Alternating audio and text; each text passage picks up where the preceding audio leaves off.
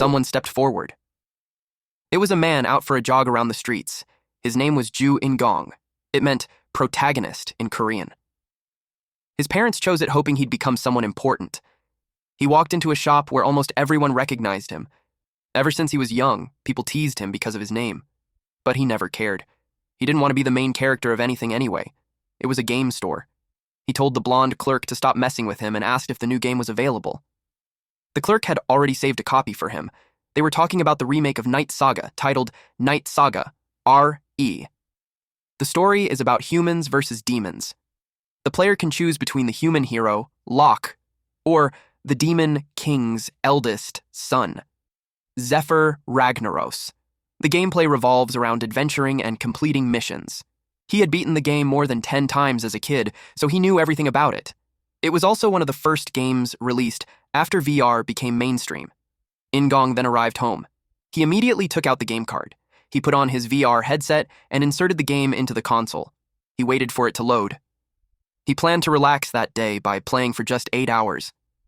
Just a few seconds later, he was transported into the game. Upon opening his eyes, he saw sunlight coming in from the roof. He was already inside the game, waking up in a bed. And there was one thing that bothered him. He didn't recognize the character he was playing. Someone outside the door asked if he was still asleep. An ogre peeked through the cloth door of the tent and yelled at him to come out because they were going to be busy. He was amazed by how real everything looked and complimented the game's graphics. The ogre was confused. What graphics? He realized he could talk to them. That shocked him since the ads never mentioned this feature. He asked the ogre for his name. It looked surprised that he already forgot and said his name was Karak. Karak then called him Prince Shutra and said everyone was waiting for him.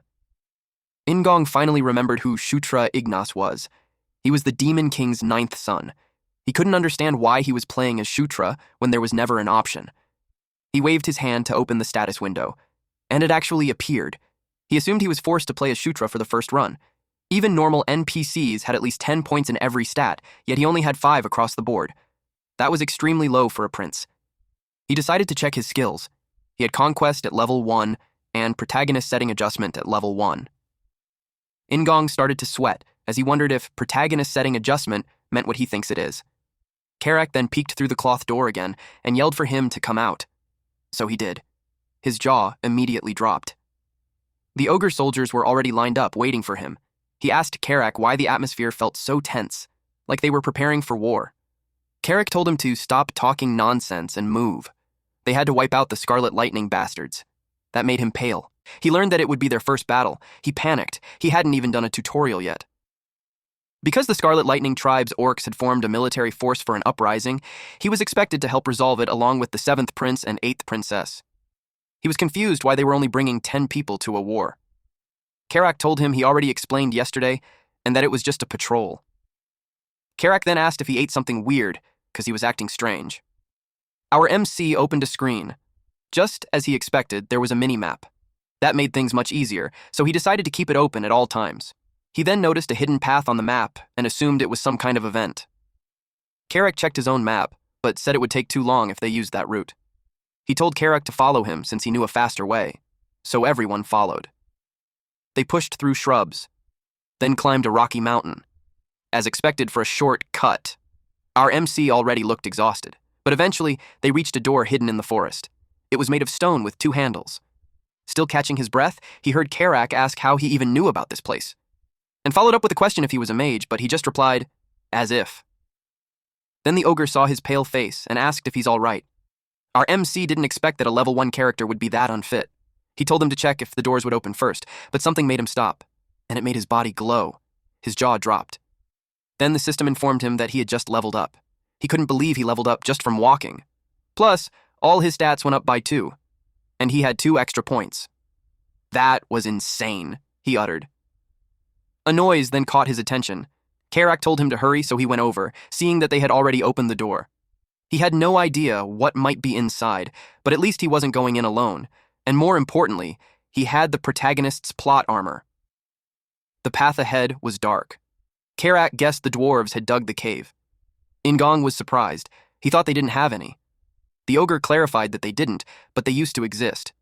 Our MC then asked if they moved out of the demonic realm or something, but Karak had no clue. They all stopped when they saw a treasure chest and equipment scattered along the path. The ogres lit up with excitement at the sight of gold, then called the dwarves stupid for leaving their weapons behind.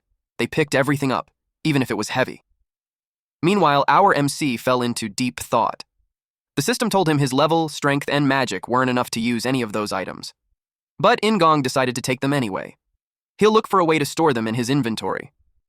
He tapped an item while thinking about taking it, and it vanished. Then it appeared in his inventory window. So he learned he only had to touch something and think about collecting it. Suddenly, he saw something on the map. He shouted for everyone to back away. When they turned toward him, they failed to notice the wall ahead cracking open. Then, it exploded. One ogre was down, and an orc stepped out. These orcs were led by the Scarlet Lightning Tribe's general, Kai-chan.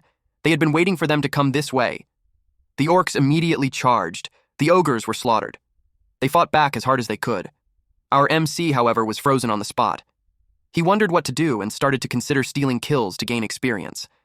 So he quietly approached an orc locked in combat with an ogre, and struck it, only for his sword to shatter. He was speechless. The orc turned and snarled at him. He ran for his life with the orc chasing after him. He then tripped and fell flat on the ground. His health dropped to 1/15, while his magic stayed at 5/5. No more moves to play at this point. He just screamed as the orc approached him. But an ogre blocked the attack. He was relieved to see Karak, who asked what the F was he doing and told him to move immediately.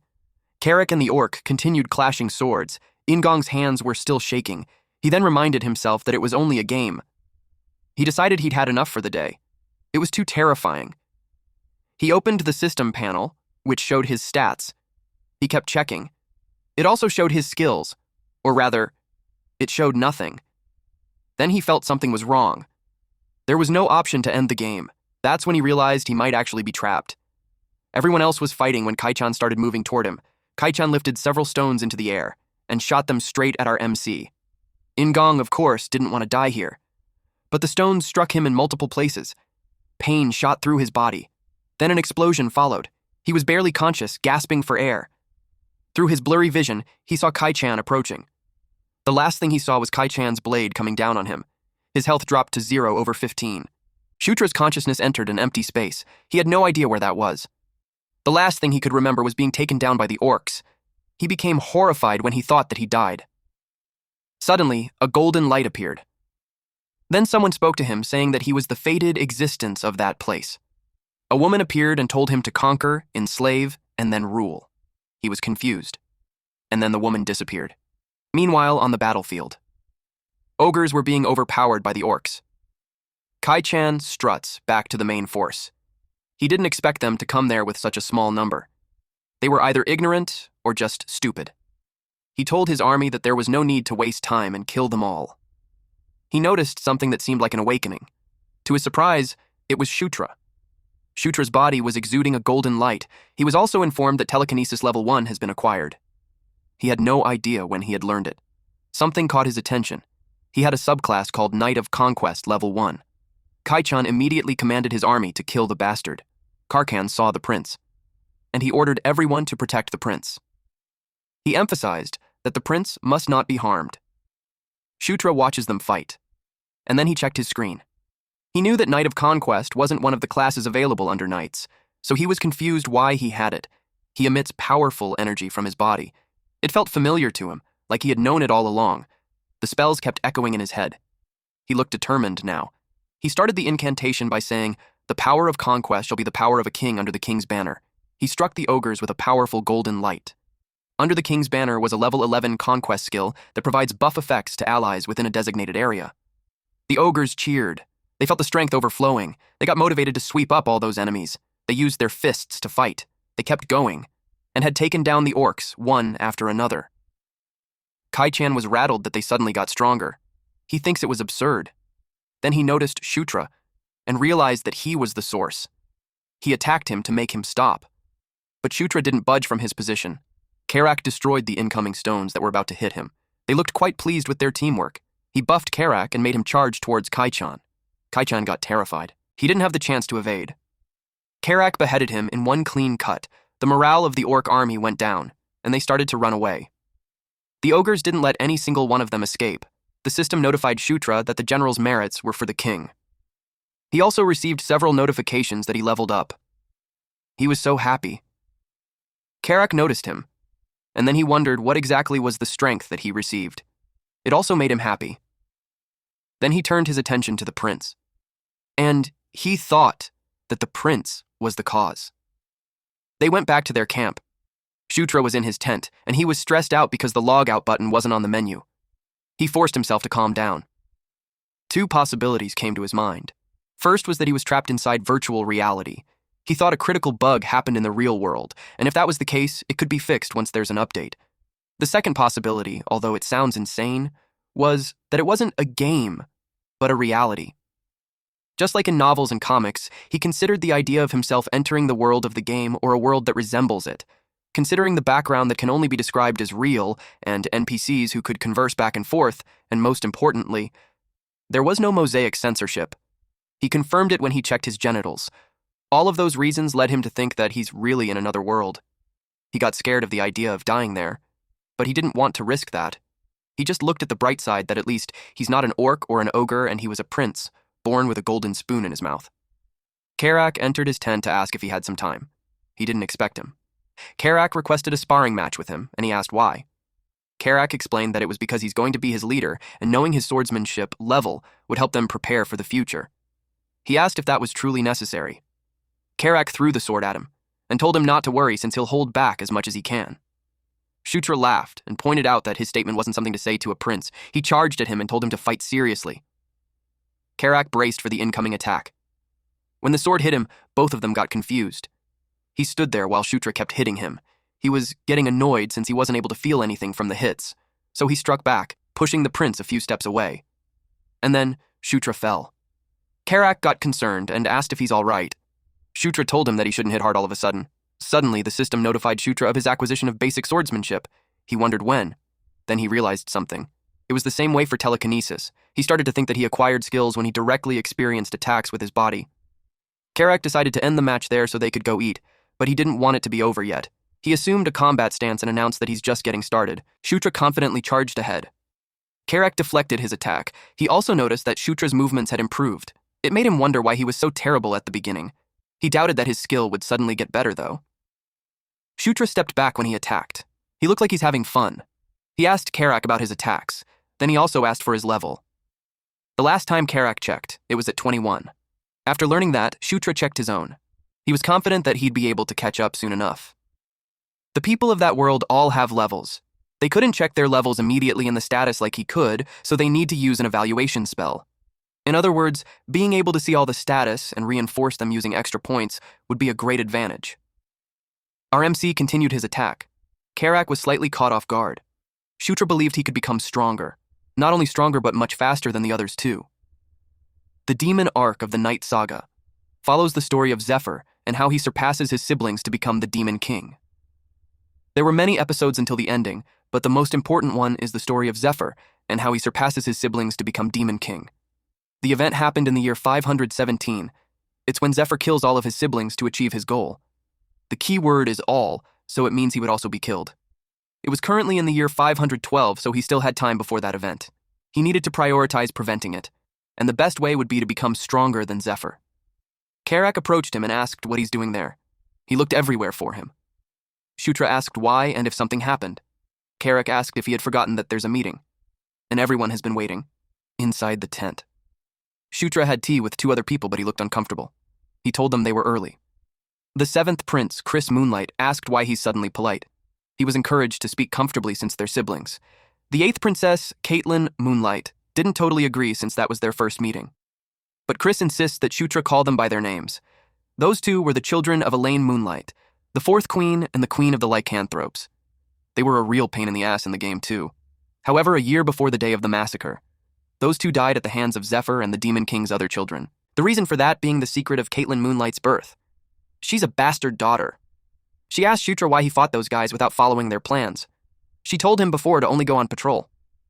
Shutra explained that it was because he didn't expect them to come from there.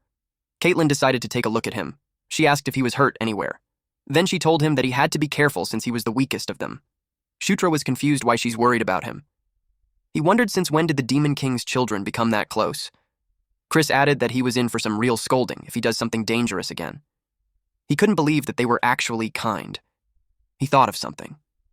There were lots of aura users among the lycanthropes, perhaps thanks to all the life force they have. So he thought of using the same method to get skills and easily learn aura too. So he expressed that he had a favor to ask. He asked if they could hit him using an aura. Those two were dumbfounded. Their reply was simply, "What?" At dusk in the mountains, orcs were taken down. The ogres fought mightily. Then a large ogre came charging. The small ogres behind him cheered. In one strike, several orcs were instantly killed. One enemy attempted to slash this large ogre, so he got a scratch on his arm. He glared at the enemy, making that enemy scared. And then he hit him. The enemy's body scattered. Then he yelled at his army to kill them all. He promised to reward the one who gets the most kills. That made everyone excited. So they fought as hard as they could. Meanwhile, Shutra's consciousness was transferred into a void. She saw the goddess-looking woman, and there were more people with her. He asked who they were since he doesn't seem to recall those characters in Night Saga. The woman approached him, and then it enveloped him with golden light. Then he woke up in his bed feeling confused. He wondered if it was just a dream. Suddenly, Karak was in the face to ask if he's already up. That startled him. He complained that he scared him, but Karak responded that he looks fine. Then Karak asked him why he asked the princess to hit him. He kept whining, so he ended up like that. Then Karak noticed him glowing. Shutra had obtained aura level 1. He could feel the aura from his body. Karak inquired if he could awaken the aura if he got hit with it, and he gave a vague reply to it. Then Karak probed if it was also the reason why he was suddenly full of energy when fighting the lightning tribe. He replied yes. Karak seemed to be impressed. Shutra inquired if anything happened while he was sleeping. Karak replied yes, and reported that the main force won against the lightning tribe. Shutra was confused. He thought Chris, Caitlin, and him were the only ones there to take down the Scarlet Lightning tribe.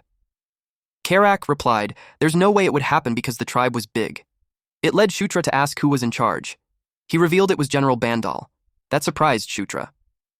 General Bandal was one of the strongest guys out there. Thanks to that, Ingong really liked him as a subordinate when he was playing as Zephyr. Then Shutra saw this chance. Bandal becomes Zephyr's subordinate in the year 515. So at this time, he wasn't Zephy's subordinate yet, which means he could take him for himself first. He knew all there was to know about him. The rewards he likes to receive, the food he likes, and his talents. But the most important part to bring him to his side was to defeat him in a duel. If he knew that much, he should be able to take Bandal as his subordinate before Zephyr. Shutra thinks it was worth trying, and he still has a lot of time. He aimed for Bandal to be his subordinate at Caitlin's camp. Both Caitlin and Chris were shocked since he reached the first level of aura expulsion in just a day. Shutra had this smirk on his face while thinking that it was a given since he put all his points into his aura. It wasn't a rash decision either. Aura improves one's physical capabilities in general. It was better than having telekinesis. Chris couldn't believe it. He wondered if it was because Shutra was a Gandharva. He asked him if he could make an underground map too. He couldn't really do it, but he had a mini-map anyways. He requested a pen and paper. Some time passed, and he finished the map. Chris saw that it was way more detailed than the map that he has. He called Shutra a genius. Since the Scarlet Lightning tribe that they had come across were all dead, they wouldn't know that they knew about the underground tunnels. Chris expects to be able to ambush them if they utilize that. On that note, they had something else they needed Shutra to do. After that conversation, Shutra left. He was with Karak and their army. They were assigned to patrol the area again. Shutra had no choice since he's the youngest out of his siblings. Karak replied that it was a good thing that they had reinforcements. Shutra acknowledged that it was all thanks to their hard work. Suddenly, 2 robes appeared in front of them. It was Caitlin and her adjutant. He asked what was up with the robe. She shushed him. Because she was following him secretly just in case something happened, but she only planned to step in if things got really dangerous, since it needs to be his accomplishment. He couldn't believe she'd support him like that. It made him wonder if she's stupid. Then Sarah, the adjutant, introduced herself. He replied that it was nice to meet her. Caitlin told him that they would follow them on their own, so he shouldn't mind them and focus on scouting. They entered the cave. It was dark, but they kept going. The rooms were completely empty. It was a puzzle to them on who moves out without taking their valuables. They assumed the dwarves took all the valuables. It made Shutra ask about the valuables they got last time. Karak could only assume that it wasn't considered valuable. They continued inside. Karak sensed that something was coming their way. Shutra heard it too. He checked it on the minimap. He had an idea on who it could be. Then he opened his inventory. He took the flash spell item just in case that happens. Then he ordered everyone to close their eyes when he gave the signal. They braced themselves for the enemy. Suddenly, several eyes stared at them from the darkness. Then the rock spiders came crawling out. They were monsters that often appear in places like caves. They were always in groups of dozens and possessed a very strong paralysis potion. As soon as he saw them, Shutra commanded them to close their eyes. He threw the potion in the air, and the vial shattered. It illuminated the tunnel. The stone spiders were blinded. Stone spiders were rendered useless if they were exposed to light because they live in the dark. He commanded them to attack and kill all the spiders. The ogres charged. They punched the spiders and overpowered them. Shutra watched them. He knew that stone spiders hunt in groups, and groups are bound to have a leader. He told Karak to follow him so they could get the boss. They passed through the battlefield and went straight to the boss. It was bigger compared to the others. Karak charged at it and hit its head, but he was left confused because the exterior was so damn hard. Shutra forgot about that. Axe won't pierce its exoskeleton. Its weakness was fire, but he can't use fire magic yet. It got angrier. And it charged towards Karak. Shutra instructed him to use fire because it was the weakness of that boss stone spider. He was confused on where he's supposed to get fire. Someone yelled at Shutra to raise his sword, and suddenly it was wrapped with fire. He was surprised to see magic. Caitlin asked if that was enough. He acknowledged her presence, then shifted his focus on the incoming boss. He glared at it, as he waited for the right timing. Then, he attacked it. He moved fast around it, while hitting it with the burning blade. The boss stone spider was set on fire. The flame engulfed the boss stone spider. Then Shutra's body glowed. He had leveled up. Now he's at level 9. Caitlin asked if he was okay since she saw light from him. He explained that it seemed like a blessing and there was nothing to worry about. She asked if it was from Gandharva, and he replied yes. Then she asked if he had fought those creatures before because his responses were pretty skillful. He lied and simply told her that he just read about them in books before. But in reality, he fought them plenty of times in the game, so he's familiar with how they work. Suddenly, Karak pointed at something. It was some sort of a door. It opened, and they entered. Shutra saw what was inside. A town portal. Karak was surprised that he knew what that was. He replied that wasn't so sure, but he had a guess. He could tell that the pattern was a dwarven style. When he played as Zephyr, he never got to see one. But when he played as a hero, he saw it a few times. He thought of injecting mana into it so it would activate. He told Caitlin that it could be a portal. Sarah could tell he was right from the design of it. Caitlin asked if they knew where it was connected to. She suggested searching nearby for some inscriptions. Karak saw the inscriptions and informed the prince about it, so Shutra and Caitlin approached it. It was obviously not a demon script, and it looked like dwarven characters. Karak asked Caitlin if she could read it, but there was no reason for her to know the dwarven script. So he asked Sarah, but she couldn't either. Then someone spoke saying that it was Gishka Mountain's portal number 2, and it was connected to portal number 3. The one who read it was Shutra. He was surprised that he could read it. The system notified him that he acquired the dwarven language level 1. He didn't expect that he could learn languages like that too. Karak had to confirm with him if he could read that, and he replied yes. Caitlin got curious, since when he had read dwarven. Sira asked what it says below. He read that it says, if they infuse mana, it would activate. He asked Caitlin to inject a little mana there. She asked why he wouldn't do it himself. He simply replied that he's still clumsy with it. But in reality, he can't use mana at all. So did it. The orb glowed. The light spread, and it created an image of the Gishka Mountains. The dot on it was their current location, and then the other mark was the portal number 3. It meant that there were dwarven tunnels over there too. Karak thinks it was a good thing, since the main forces of the Scarlet Lightning tribe were stationed right in front of those mountains. Shutra agreed. With that, they can strike them from behind. Caitlin decided to stop there for now, as she needs to discuss it with her brother. Back at the tent. Chris couldn't believe that there was a portal in such a place. He was so happy that he claimed that Shutra was a blessing. He told him that if there's anything he wants, he could say it. As long as it's something he could do, he'll grant it. But as his leader and elder, he wanted to reward him. And if he refused, his feelings would be hurt. Shutra asked if it was okay to be a bit unreasonable. That made Chris even more curious. So he asked if he could teach him the beast god fist art. Chris was shocked and he became tense. Shutra couldn't wield weapons properly yet because of his level, but techniques were different. The beast god fist art was a martial art passed down through the lycanthrope royal family. In simple terms, it was a powerful S-rank martial art. He knew it was a pretty ridiculous request. He would understand if he refuses. He started saying that he knew it might be difficult and he figured it wouldn't be possible. But to his surprise, Chris agreed to teach him. Of course, he couldn't teach him the secret techniques, but he could at least teach him the aura. He asked if that was good enough as a gift. Shutra was speechless, and since he wasn't saying anything, he assumed that he didn't like it. Shutra replied that it's absolutely perfect. Then in a serious tone, he called Shutra's name and asked if from then on he could think of him as his brother. Shutra thought about it. It was a pretty meaningful word. He didn't dislike the idea. Rather, he liked it. He replied yes, and they shook hands. Pleased with that, they all had this smile on their faces. Shutra also looked forward to working with them. The system notified him of the established alliance between Chris Moonlight and Caitlin Moonlight. Their alliance status was normal for now. During dusk, at Scarlet Lightning Tribe encampment. The orcs were busy. One of them intimidated the person who attacked their place. They knew she had another agenda. They addressed her as Princess, so they asked her what brought her there. They had her tied up. It was the 6th princess, Felicia Doomblade. Shutra checked his stats. He has 21 across the categories except for Charisma, which was at 17. At first, every time his level went up, all his stats increased by 2, but at some point, his Charisma only started going up by 1. He wondered why. In the original Night Saga, appearance and Charisma were separate. Appearance simply meant how good-looking a character was. Meanwhile, Charisma was about how likable a character is in the eyes of others, but it made sense to him since his growth pace has been so good so far. More importantly, he's about to hit level 10 soon. In the saga, whenever Zephyr and Locke reach level 10, their unique skills, Descendant of Darkness and the Chosen One, go up by 1 level.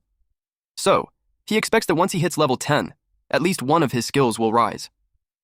Suddenly, Karak called him to inform him that everything was ready. He told them to start.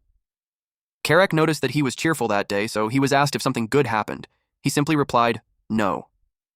Karak made their way towards the center. Then he faced their army and announced that they would get going. In that forest, they entered a cave and engaged in a fight with bipedal wolves. Their target was to reach the door. Eventually, Shutra, Karak, Chris, Caitlin, and Sira made it through the door. They asked 2 people in robe if they had finished their investigation. The wolf-like creature in robe confirmed that the portal was connected to the Eska River of the Gishka Mountains. Chris inquired if it appears to be functioning properly. He replied that there were no issues, and as expected of the dwarven craftsmanship, it was sturdy. After hearing that, Chris decided to proceed. Those wolf-like creatures activated it. The orb glowed brightly. Then it showed the view on the other side of the gate. Shutra and Kara were in awe. Shutra couldn't believe he's seeing a gate in real life. Chris and Sira had already walked towards it, so Caitlin had to turn back and ask him what he's waiting for. That's when he came to his senses to follow them. He went through the gate. Everyone made it to the other side, but it surprised him. Below the cliff was an encampment. It was as Chris expected. Judging by its size, he estimated there would be roughly 5,000 troops. If they're striking from the rear, then supplies would be their priority. Chris thought that if General Bandal launches an attack from the front to distract them, then their infiltrating units could burn down their food stores from behind. But Sarah thinks something was strange, because there weren't nearly enough troops in the camp. Since she brought it up, they noticed it too, and wondered where everyone went. They thought that they had already started an attack. Then Shutra saw something. From a distance, there was a battle going on. Chris told him to focus aura on his eyes. He did what was told. And now he could see clearly. A woman fought with several orcs. Caitlin knew that the one side was the Lightning Tribe, but she doesn't know who the others were. Chris replied that they're not General Bandalol's men, since they haven't scheduled any battles for that day. Plus, the scale of the fight was too small. Shura watched it clearly. She saw brown-skinned women with silver hair and long ears. He thought they were dark elves. Caitlin had to clarify what he said, so he explained that the other side had a smaller build, and they were riding Dracos. Then Chris saw that they were retreating. He wondered if their commander fell, since they're retreating at an incredible speed. Karak asked what was going on. He wondered if the fight was over. Shutra was curious why the dark elves were there.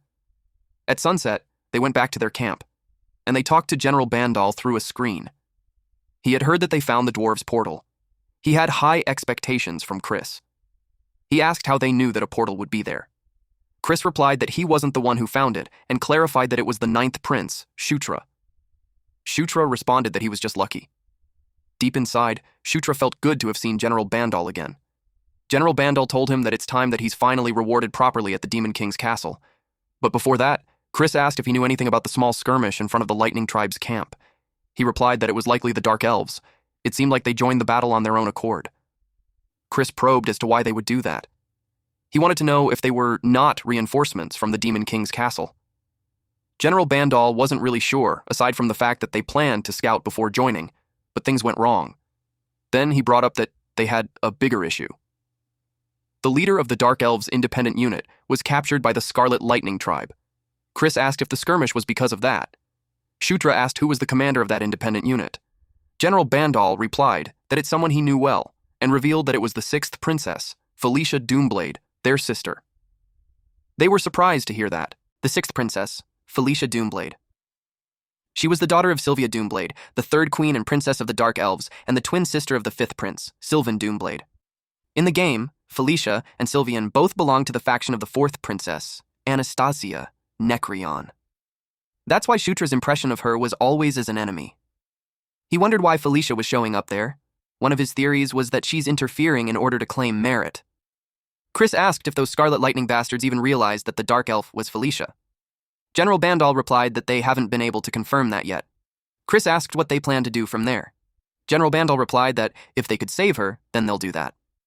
Chris asked if there would be no negotiations, and General Bandal replied that if they made the first move, they could at least talk, but he had no intention of bowing down first. General Bandal told them that he's going to gather more information from their side, and if anything happens, he'll contact him. And then he's gone. Chris expressed that their oh-so-brilliant older sister had become a prisoner. Caitlin replied that if she was still alive, then they'd have to save her. Chris responded that it would be nice, but he knew it wasn't going to be easy. If they try to rescue her, they could end up suffering losses themselves. But Caitlin insists that they have to save her because she's their sister. Chris pondered about it. He knew that, but he couldn't just readily agree. Shutra noticed his behavior at their camp. Chris discussed their simple plan. When General Bandal lures the Scarlet Lightning Tribe's main force, they'll strike their encampment from behind. After that, he'll charge straight into the center of their base and cause as much chaos as he could. He assigned Caitlin and Shutra to lead their own squad and carry out the mission. Shutra clarified if what he meant by mission was to rescue their sister. He replied yes, and after that, they'll burn their food storage and armory first, and then they'll rescue Felicia. But if it becomes too dangerous, he wants them to retreat immediately. They couldn't afford to lose more lives just for Felicia. Caitlin didn't like that. Chris told her to be quiet, and reminded her that he was a commander of a unit too. She insists that Felicia was family, so she couldn't accept him saying things like that, but he was firm that they can't allow Felicia's reckless actions jeopardize the whole operation. Shutra noticed it. Chris doesn't seem very intent on rescuing Felicia. He wondered if something happened between them. They carried out their plan that night. The warriors charged forward to annihilate those Scarlet Lightning bastards. Chris and his squad watches from the cliff. The encampment was still peaceful, but there were guards everywhere. He waited until some parts of the camp exploded, and several orcs were caught up in it. Then General Bandal and his squad charges. He commanded them to kill them all. Meanwhile, Shutra's forces were stationed at the back. Karak asked why they hadn't begun moving when the attack had already begun. Shutra told him to wait for the signal. The ogres aggressively charged at the orcs who were caught off guard. They overpowered them. While General Bandal oversees the battlefield, he was just observing. Eventually, he ordered everyone to retreat. Chris watched the chaos from the cliff, and when the time was right, he told everyone to get ready to move, and they would carry out the mission exactly as planned. Him, Shutra, and Caitlin charged together with their own squad. The Scarlet Lightning Tribe was shocked. They were overpowered. Caitlin told Shutra to be careful, and he told her to do the same. While running, Shutra checked his minimap. Then he commanded them to move left and dash straight to the food storage. Karak yelled to kill them all. He led the charge. A large orc was about to punch him. He couldn't defend. Fortunately, Shutra came to his aid and threw a dagger to the orc's head. Then, Shutra had the skill dagger throwing at level 1. He can now throw daggers to strike his target. He was quite pleased with what he did. Karak got curious about when he had learned to throw daggers. He simply replied that it was nothing special. But in reality, last night, he just tossed daggers last night and somehow gained the skill. Karak saw a tent that looked like the food storage. He asked if they should set it on fire. Shutra replied yes so they could continue the plan, but he wondered about Felicia. If she was locked up inside, she could get caught in the flames and even die. So he told Karak that they have to find her first. Karak asked how he planned to do that. He opened his mini-map. Felicia should register as a neutral NPC, so she should either be marked blue or purple. Then he saw it. He told Karak the way. He entered the tent. It was the place, but he couldn't see her, until someone called his name. At the far back, there she was. She was chained on the ground inside a magic circle. She asked what he was doing there. Shutra told Felicia to continue the talk later. At that moment, he needed her to stay still. The place was dangerous, and they needed to untie her quickly and get out. Deep inside, he was thinking that it would be useful if she gets indebted to her later. Felicia stayed quiet. They barely escaped. Shutra told her to hurry up so they could regroup with Chris and Caitlin. She was surprised that Chris and Caitlin came to rescue her. Shutra thinks it's obvious, so her question doesn't make sense.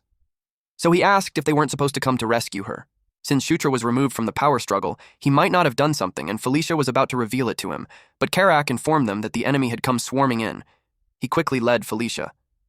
She noticed that he called her by her name, so it made her wonder when he started doing that. She saw him running, and then yelled at him that there's something behind him. Suddenly, something pierced him. He was in pain. Then, flames engulfed him. Karak and Felicia watched the flames. Felicia was worried. Suddenly, an orc charged at her. She got annoyed, but something caught her attention. A fire was thrown to that orc's face. She was confused. She checked behind her and saw a silhouette. Shutra stepped out of the smoke. He had acquired mana control level 1 and fire arrow level 1. He had this confident expression.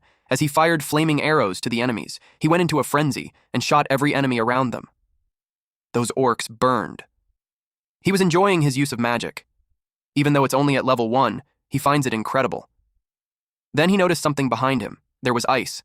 He saw the enemy firing an ice arrow, and he was aiming for Felicia. Felicia was rushing to his side to check if he was okay. He pushed her away while yelling at her not to come closer. She was surprised by his behavior. Then the arrows were fired. He did that to her because he wanted to claim those arrows. He had this excited expression on his face, and so it hit him. Smoke covered the area. Slowly, it revealed his silhouette. Then the system told him that he had acquired Ice Arrow Level 1. It was just as he thought, but he didn't expect anything. He fell on his butt. His health points had dropped drastically, putting him in extreme danger. It was only on 13/95. He knew it would be bad if he took another hit like that. Suddenly, someone called him an idiot.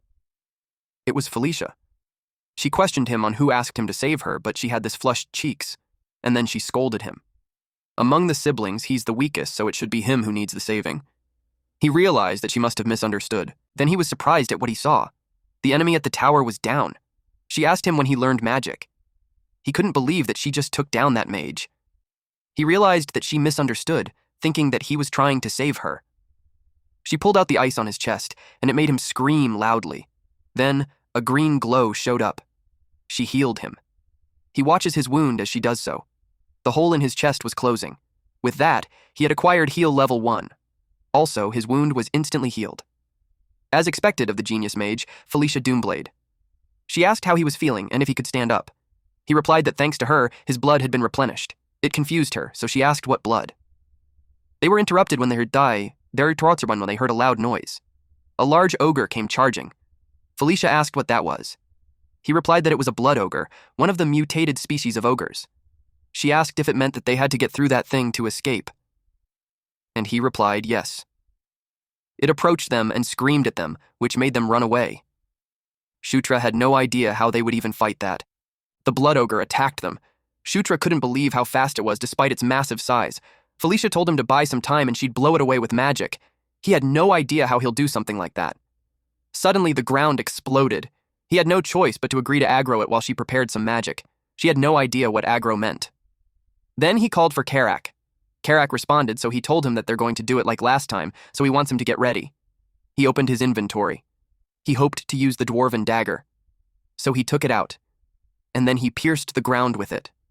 The ground exploded with light, and he cast it under the king's banner. The light reached Karak, and it engulfed his body. He felt the power coursing through him. The blood ogre was caught off guard. When Karak charges towards it, The blood ogre was thrice Karak's size, but he attacked it using his axe. His attacks were so heavy that the blood ogre got overwhelmed. He lifted his axe again and hit it on the stomach. The blood ogre groaned in pain. Meanwhile, a hologram of Felicia floats near the blood ogre, and then her main body ran towards it. Then she unleashed grease on the ground. The blood ogre slipped and fell hard. Karak took this chance to attack. He knew it would be the end, so he unleashed all his power in his axe and hit it right at the center of its stomach. The blood ogre groaned loudly, and then it coughed blood. Shutra watched them defeat it. He was happy that they won. There were still other enemies left, but the most troublesome one had been taken care of. Suddenly, his body glowed, and the screen popped out. To notify him of his level increase, he reached level 10. The level of protagonist setting adjustment had also increased. He was amazed. Thanks to the effect of the protagonist setting adjustment level 2, a new passive skill has been added. He also looked forward to opening the gift box. He obtained Battlefield Protection level 1, which brings the accuracy of projectile weapons aimed at the protagonist to decrease significantly. He called it the Stormtrooper effect. Everyone had seen it at least once. Bullets rain down in volleys, yet somehow, every single one just barely misses the protagonist. With that skill, he could actually reproduce the protagonist's plot armor effect. The enemies came charging. Felicia asked what he was doing when the enemy was swarming at them. She got annoyed at those enemies, so she attacked them with wind whirl and rage. It blew the enemies away. Shutra watched it carefully. It looked like magic, but he knew it was not magic. He was certain that it was a spirit. He realized that, corrupted or not, a dark elf is still an elf. Felicia wasn't just a brilliant mage. She was born a spirit summoner. But then, it made him curious if he could be hit with something like that too. He had this excited look on his face. The dark sky was illuminated. They all saw it. Karak asked what that was. Shutra knew that yellow flare meant to retreat. Karak wondered why. Shutra was curious what was happening. He wondered if it was because someone was in danger. Karak asked him what he should do. He ordered him to take the troops and fall back, because he had to go to Caitlin. Karak wanted to come with him, but he told him to do just as he says, since there might be a reason for the retreat order. Karak wanted to insist, but Felicia volunteered to go with Shutra instead. She couldn't stand owing people, so she took this chance to repay her debt. Besides, she still had business with those pigs. Karak had decided to follow the order and wait for the prince above. Shutra replied that he would see him in a bit. While Shutra and Felicia made their way to Caitlin, she asked why he needed to go to her. He just wanted to be safe since the sudden retreat order was suspicious. Felicia got worried that Caitlin got caught like her. He hoped not, so they could all go back together. She noticed how he's worried for Caitlin. He replied that it was only natural since she's his sister. But deep inside, it was because of their alliance. She was suspicious, especially when he said, only natural. Meanwhile, the orcs charged. Caitlin defeated some of them in just a single punch. Then behind her, she threw fireballs at those enemies. Then, another group charged from the side. She stepped back to evade their attack. Then, she took out her weapon, and with just one swing, she took them down. Felicia and Shutra watched from the side. It was as Felicia thought. Shutra realized there was nothing to be worried about after all. Caitlin saw Shutra, so she asked why he hasn't retreated yet. He replied that he came to save her, but it looked like there was no need. She got confused as to what he meant then. She saw Felicia. She jumped to hug her. She was so glad to see her safe. Felicia blushed too and replied that she just worried too much. Shutra noticed that they seemed close. Then he saw some movements on the minimap. The enemies were circling back, so they had to retreat at once. They let Shutra lead the way while they cover the rear, at the portal. The army waited. Eventually, they made it out. All three of them, Shutra, Felicia, and Caitlin. Felicia asked Caitlin if it was true that it was Shutra who found the portal. Caitlin confirmed that and shared that he played a huge role in the operation. Felicia was amazed. It made her wonder when he had changed so much. While they were talking about him, he went to talk to Karak. Chris saw that everyone made it back safely. Caitlin was happy to see his brother, and happily presented Felicia, whom she brought back. Felicia greeted him that it has been a while. Chris was silent for a few seconds, and replied that it had been a while. There was this uncomfortable, subtle tension between them, at a certain part of the cave. Chris, Felicia, Caitlin, and Shutra gathered. Chris informed them that General Bandal's side won as well. Yakuzan apparently abandoned the fight after seeing their camp burn. Shutra asked about Yakuzan, and Caitlin explained that it was the name of the Scarlet Lightning tribe's chief. She asked if he had already forgotten. Felicia clarified if Yakuzan surrendered. Chris clarified that it just seemed like he ran off somewhere else, and if he gathered the scattered allies, he could still put up a decent fight. That's why he planned to strike Kaichin's older broker, Kairam's forces. If Yakuzan joins them, it would be a headache. After that topic, he probed Felicia on what had brought her all the way there. She explained that she was researching the nearby ruins, and while she was on her way to help after hearing about the battle, she was captured. He asked if it was the truth. She replied with a question, asking if he thinks she's lying. They glared at each other. Chris decided to drop the topic. Then he encouraged everyone to rest. The ogres had their meal while the others patched themselves up. Meanwhile, Shutra checked his own skills. Looking at it made him feel good, but the only one useful in combat was the aura. Suddenly, someone called him. It was Felicia. He saw that she changed clothes. She asked if she could come in. He asked what brought her there in that hour. She approached him and called his name. She grabbed his arm. It shocked him. Even more so when she told him to take off his clothes. His cheeks turned red. Shutra was confused. He thought he's in Sweet Home Alabama. So Felicia told him again, but he asked why. His eyes wandered to her chest and lips. She asked if he doesn't want to be treated by her. He was dumbfounded. She admitted that what she did earlier was closer to first aid. Since he may have sustained internal injuries, she was trying to cast healing magic on him again. In his head, he was thinking how he got her there for a moment. She asked if there was a problem in his body since it gave off some light earlier. He replied that it was nothing since it just happens sometimes, and then he brought up that he had a request, and it was something only she could do. After that, he had obtained Cure Level 1, which recovers status ailments, Cure Poison Level, which helps recover from poisoning, and Cure Disease Level 1, which helps recover from disease. He was pretty satisfied. Thanks to Felicia, who willingly listened to his request, he learned 3 healing spells. On top of that, it was the day that he looked forward to. Caitlin told him that Beast Fist Art has many different branches. Shutra could finally learn the Beast Fist Art. And on that day, he'll learn the werewolf branch, Beast Fist Art. Beast Fist Art is a martial art symbolic of the lycanthropes. Among them, the werewolf's Beast Fist Art was considered the foundation of Beast God Fist Art. That must be why Caitlin decided to teach him that martial art. Beast Fist Art utilizes both external aura and internal aura. And her plan for that day was to teach him the basics of internal aura usage. So she told him to close his eyes and focus on the aura. He could feel it. Aura, the power of life. Aura was very close to the power of the soul, and when taken to the extreme, it becomes the power of the soul itself.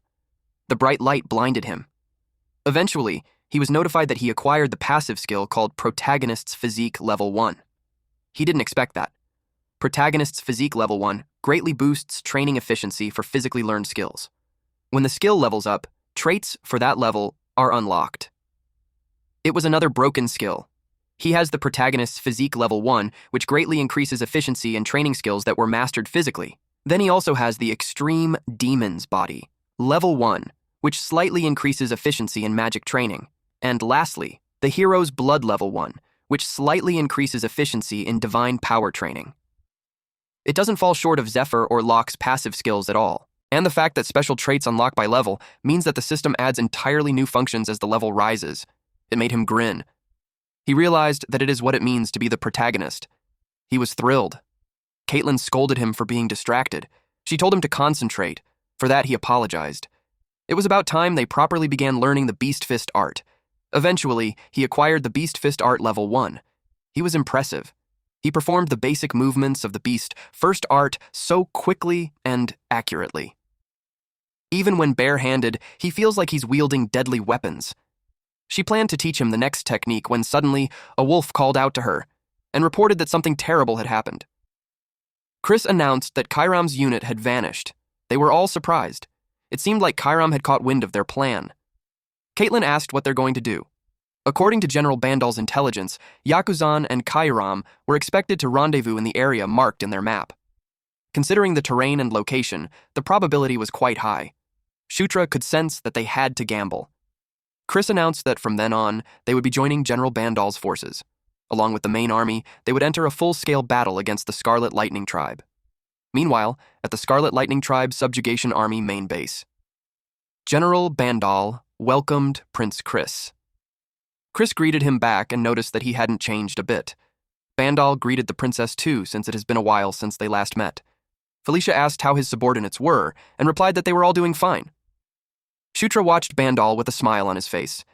He was the man he favored the most back in Night Saga. Maybe that was why, even with a stern face, he felt strangely familiar. He approached him and introduced himself. Bandal watched him, and eventually accepted his hand for a handshake.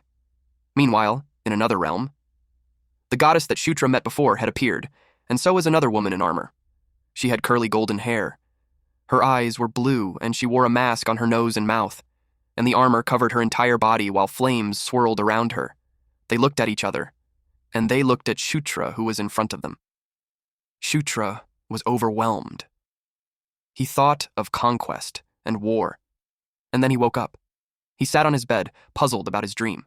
She was certain that she met the woman with blue and red eyes before, but he had no idea who the woman in red armor was. Carrick opened his tent and told him that they would be heading out already. They left the tent. Their squad was busy moving things. In that battle, he was placed on the left flank. Bandal commanded the center, while Chris and Caitlin took the right. The swift dark elves formed a separate unit to guard the rear. The march began and time flew. Before he knew it, he was standing in the middle of the battlefield, surrounded by thousands. He was short, so he was barely visible in the sea of ogre soldiers. General Bandal commanded the army to prepare for battle formation. He hyped them up by saying that they should teach those bastards the true meaning of pain. All troops had advanced. The enemy had their defense formation. The enemy leader in front smirked and called them fools. Suddenly, an explosion happened in the rear. Bandal was caught off guard. The shock made him freeze. It was because the enemy had a large mammoth with them. He called it a swamp mammoth. After seeing that, simultaneous explosions happened in different areas. Many of their troops were caught in it. They were blasted left and right, without the chance to defend themselves. Even Karak and Shutra were shocked. Shutra realized that they fell into a trap. Those assholes knew everything from the very beginning. Swamp mammoth. As its name suggests, it resembles a mammoth, but its sheer bulk cannot even be compared to some mere mammoth. In short, it was true monstrosity. Aside from that, a crocodile foot had stepped out. Another set of troops appeared. They all glanced behind them and saw the lizardmen. Chris was angry. They knew all this time and had been toying with them. Caitlin suggested that they retreat and look for another opportunity. But Chris argued that if they don't pull back successfully, they might suffer even greater loss or even total annihilation. She pointed out that if they continue like that, casualties would only keep piling up, so they needed to make a decision at once, and she pushed to retreat. Chris caught the attention of their forces. He commanded the mages to form a defensive line at the rear and hold them off as long as possible. While the rest quickly form ranks and prepare to retreat, the lizardmen slashed the ogres. One jumped to Shutra, but Karak was able to hit it from behind before it reached him. Then he yelled at Shutra to come to his senses because of a wrong move, and they would all die there. He realized Karak was right, and that it wasn't a game anymore. Chris was surrounded by enemies, and he fought them. He gave an order to survive and return alive no matter what. He doesn't want his men dying on him. Back at the camp, the ones who made it back were getting treatments, while Chris, Caitlin, Felicia, Shutra, and General Bandal had a meeting. Chris admits that it was his fault. He knew he should have suspected something. General Bandal told him that it was already done, and at that point, their only options were either to completely withdraw or request reinforcements from the Demon King's castle. He agreed to that, especially when he could no longer let his subordinates be dragged towards death just because of his pointless pride. He was about to make a conclusion, but Felicia expressed that she had thought of something. She told them that the very reason she came to the area in the first place was because she was going to explore a ruin, and the destination of that exploration was at the end of the Gishka Mountains. Felicia may be an outstanding mage, but even in Night Saga, she wasn't a combat-oriented character.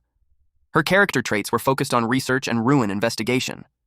She opened the map and told them that for a long time, she had been studying a ruin said to exist within those mountains for 1,500 years.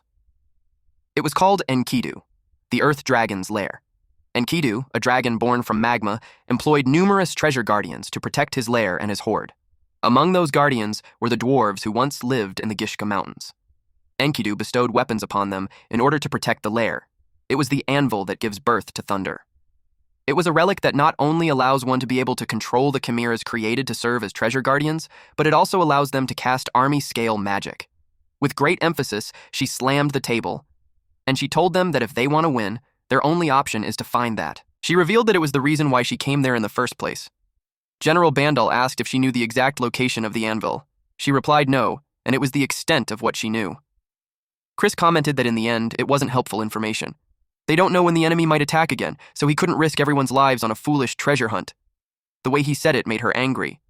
But then, Shutra confirmed that the anvil that gives birth to the thunder was definitely there. Felicia was surprised with his statement. When he played as the hero Locke, he encountered it. But he just told them that he came across the related story while studying dwarven runes. And also he put it out there that above all, he believes in Felicia. Her eyes widened when she heard that. She was touched, but to him, it was just an opportunity to earn some points. Chris pointed out that it's not about who he trusts or doesn't trust. He doesn't want to further waste time on that. Internally, Shutra was getting annoyed at how persistent he was. Shutra insists that even among the Gandharva tribe, there's a similar legend passed down about the place. He told them that there's a high chance that the entrance to the ruins was nearby. He was certain that if he went to scout the area, he would be able to find it. He also promised to take responsibility for everything that happens if he fails. So, with a firm tone, he told Chris to trust him even once. Since Chris was persistent, he decided to go full throttle too. That night, they rode Phantom Steed, a horse that Felicia summoned who could fly in the sky. Felicia, Caitlin, Shutra, Karak, and 2 other soldiers went. Shutra was glad to have succeeded in setting out to find the anvil. He was thinking of what was left to do when Karak screamed. He was scared of riding that phantom steed, so he told the prince to hold on tight or he might fall off. Shutra assured him that he would be fine. He was confident that he wouldn't fall because when he played Zephyr, he rode it all the time. He checked the minimap. At that speed, it should take them about an hour to reach the ruins entrance. And with his minimap, finding the ruins themselves won't be difficult. The problem was how he'd guide them without making it obvious. He tried to think of something, but nothing came to mind. He decided to think about it until they arrived. He trusts that it would somehow work out. And when they arrived, he just randomly explained that when he activated the portal, he studied the tunnel maps carefully. There was a certain consistency to them, so if he combined the terrain of the place with the characteristics of the tunnels, he thinks he could roughly determine the anvil's location. Then, he looked at their faces to check if his rambling worked. They simply asked what that means. He wished for them to just let it slide. Felicia told him to just lead the way.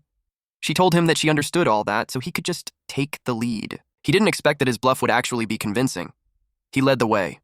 Little did he know Felicia was pouting, so they followed the prince's lead. But the path was blocked. Karak asked him if he's certain that it was really the entrance to the ruins. It didn't look right, but he clarified that he didn't say they were heading to the entrance. He asked Caitlin if she could break through there. She was slightly off guard that he requested her. He told her to give it a good hit, so she tried. Felicia had deduced that the anvil that gives birth to thunder could be inside the cliff. Shutra explained that in his calculations, if they broke through there, they wouldn't have to deal with the dungeon guardians. So he told Caitlin to break the wall. Felicia couldn't believe him. She called him an idiot for expecting her to smash that with her fist. She asked if he thinks Caitlin was some kind of siege weapon, but he couldn't think of a way to break through. Felicia created a swirl of wind in her hand. She shared that ruin explorers always have a sub-major in destruction and explosives. Then she threw the wind to the cliff. Part of the cliff caved in, and it exploded. And there, she created an entrance. She couldn't believe it. They found the relic quickly. She asked if the half-dome is where the anvil was. Shutra suspected that it's the final safeguard, and inside lies the anvil. Karak asked if they just had to break it. He replied that they couldn't just recklessly break it. If they do, the anvil inside could be damaged. He looked for the mechanism to open it. Felicia observed him. Then the statues on the side caught her attention. She thinks it was strange. Out of the 9, 3 were holding weapons and 6 were not. Caitlin noticed that too and suggested that they give weapons to the remaining statues. Felicia doesn't think it's that simple. Since the weapons those statues were holding were dwarven made, it means that the other statues likely need dwarven weapons too. They wondered where they would suddenly get 6 of those swords. Shutra told them that he happened to have 6 of them. He couldn't use them back then since his level wasn't high enough, so he stored it in his inventory. He never thought it would come handy like that. He explained to them that he picked up weapons during the last tunnel expeditions as backups. Karak was surprised. He couldn't even imagine carrying 6 of them in his bag. He was perceptive, and internally, Shutra was starting to hate ogres with good instincts like him. He simply dismissed the question and told Karak to take it because it was heavy. Karak complained how frail he was. They set up the swords on the statues. The statues' eyes lit up, and the light spread. Then the half-dome opened. They all anticipated what it was going to reveal. Shutra was surprised. He couldn't believe it was the anvil that gave birth to thunder. Felicia told them that on the records, the final procedure to activate the anvil was still needed. She instructed Shutra and Karak to remain where they are, and the rest must take positions at the 3 o'clock, 6 o'clock, and 9 o'clock marks on the circle. From that moment, they would infuse mana into the disc. The order would start from her, then they would proceed clockwise. The amount of mana infused must gradually increase. They were in position. She told them to focus as they begin. They released the mana. She told Shutra to push his mana a bit stronger. When it was at a good level, she told him to hold it there and not lose his concentration. They continued to do that. The anvil was struck with mana. Shutra did his best to hold the position. He was starting to struggle, when suddenly the light shot up to the sky. The room was filled with smoke. Shutra got confused because he saw some warriors around him. And there was a monster, too. Different creatures were all marching in the same direction. He had no idea what was happening.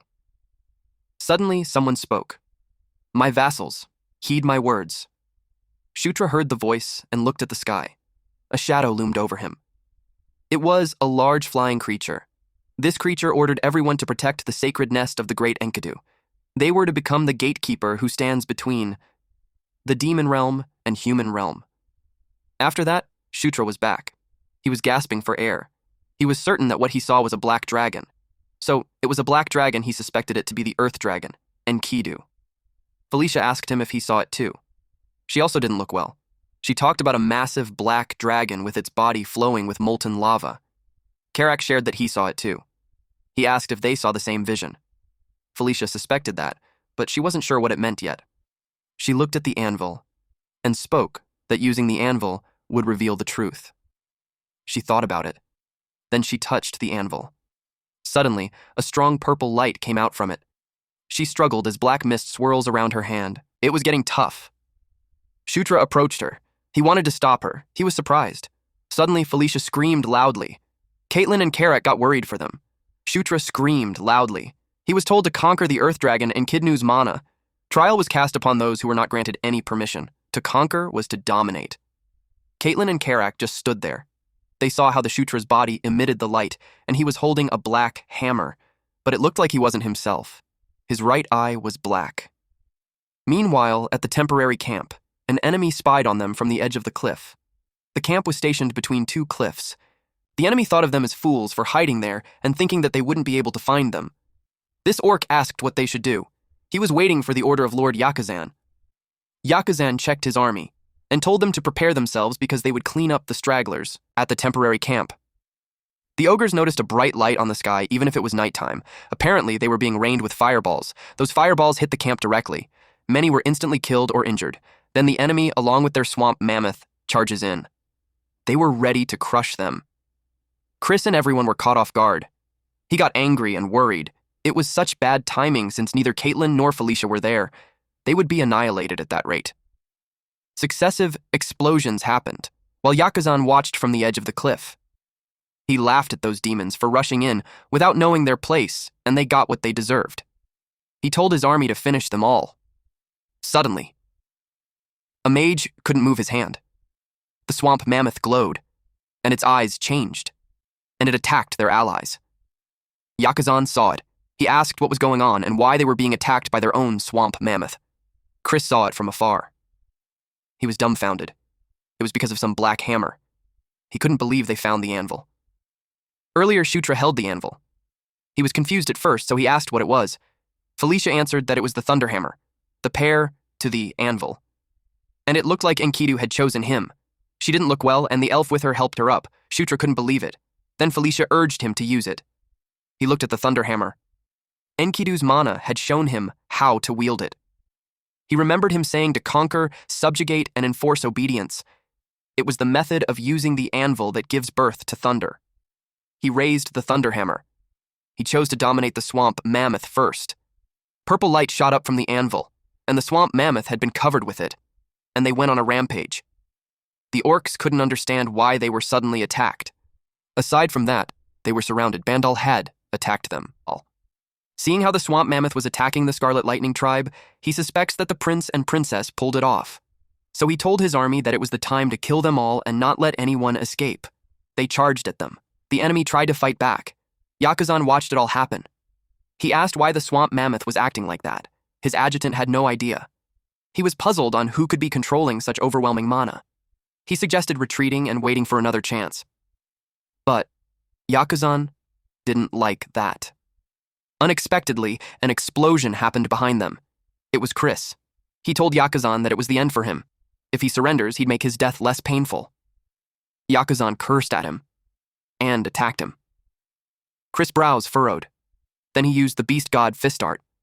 In a blink of an eye, Yakuzan's head rolled off. The adjutant and the mage ran away while announcing that their chieftain was dead. They were so scared. Now, all that was left for Chris's army was to finish off the stragglers. He realized that if it weren't for those two, they would have been in serious trouble. He watched the sky and hoped that nothing happened on their side. Meanwhile, the screen displayed the battlefield. Karak couldn't believe they're seeing the scenery the swamp mammoths were seeing at the moment. Felicia explained that with the anvil, it was possible to control all the treasure guardians. She was saying that with the power of anvil, the Scarlet tribe would be done. She had gotten weaker. Then she fell, but fortunately, the elf caught her. The elf asked if she's all right. She assured her that she just needed some rest, and she would be fine. The other soldiers suggested that they find another place to rest, but they noticed that Shutra had disappeared. Meanwhile, Shutra was relieved to have finally taken a breather. The system notified him of his level up. His level had risen quite a lot. He wondered if it was because he controlled the relic of Enkidu. Also, the system notified him that the level of conquest had risen. He opened the screen and saw that even the Under the King's banner had leveled up. He realized that it levels up with the conquest at the same time. He doesn't fully understand it, but if his main skill grows stronger, then that is good for him.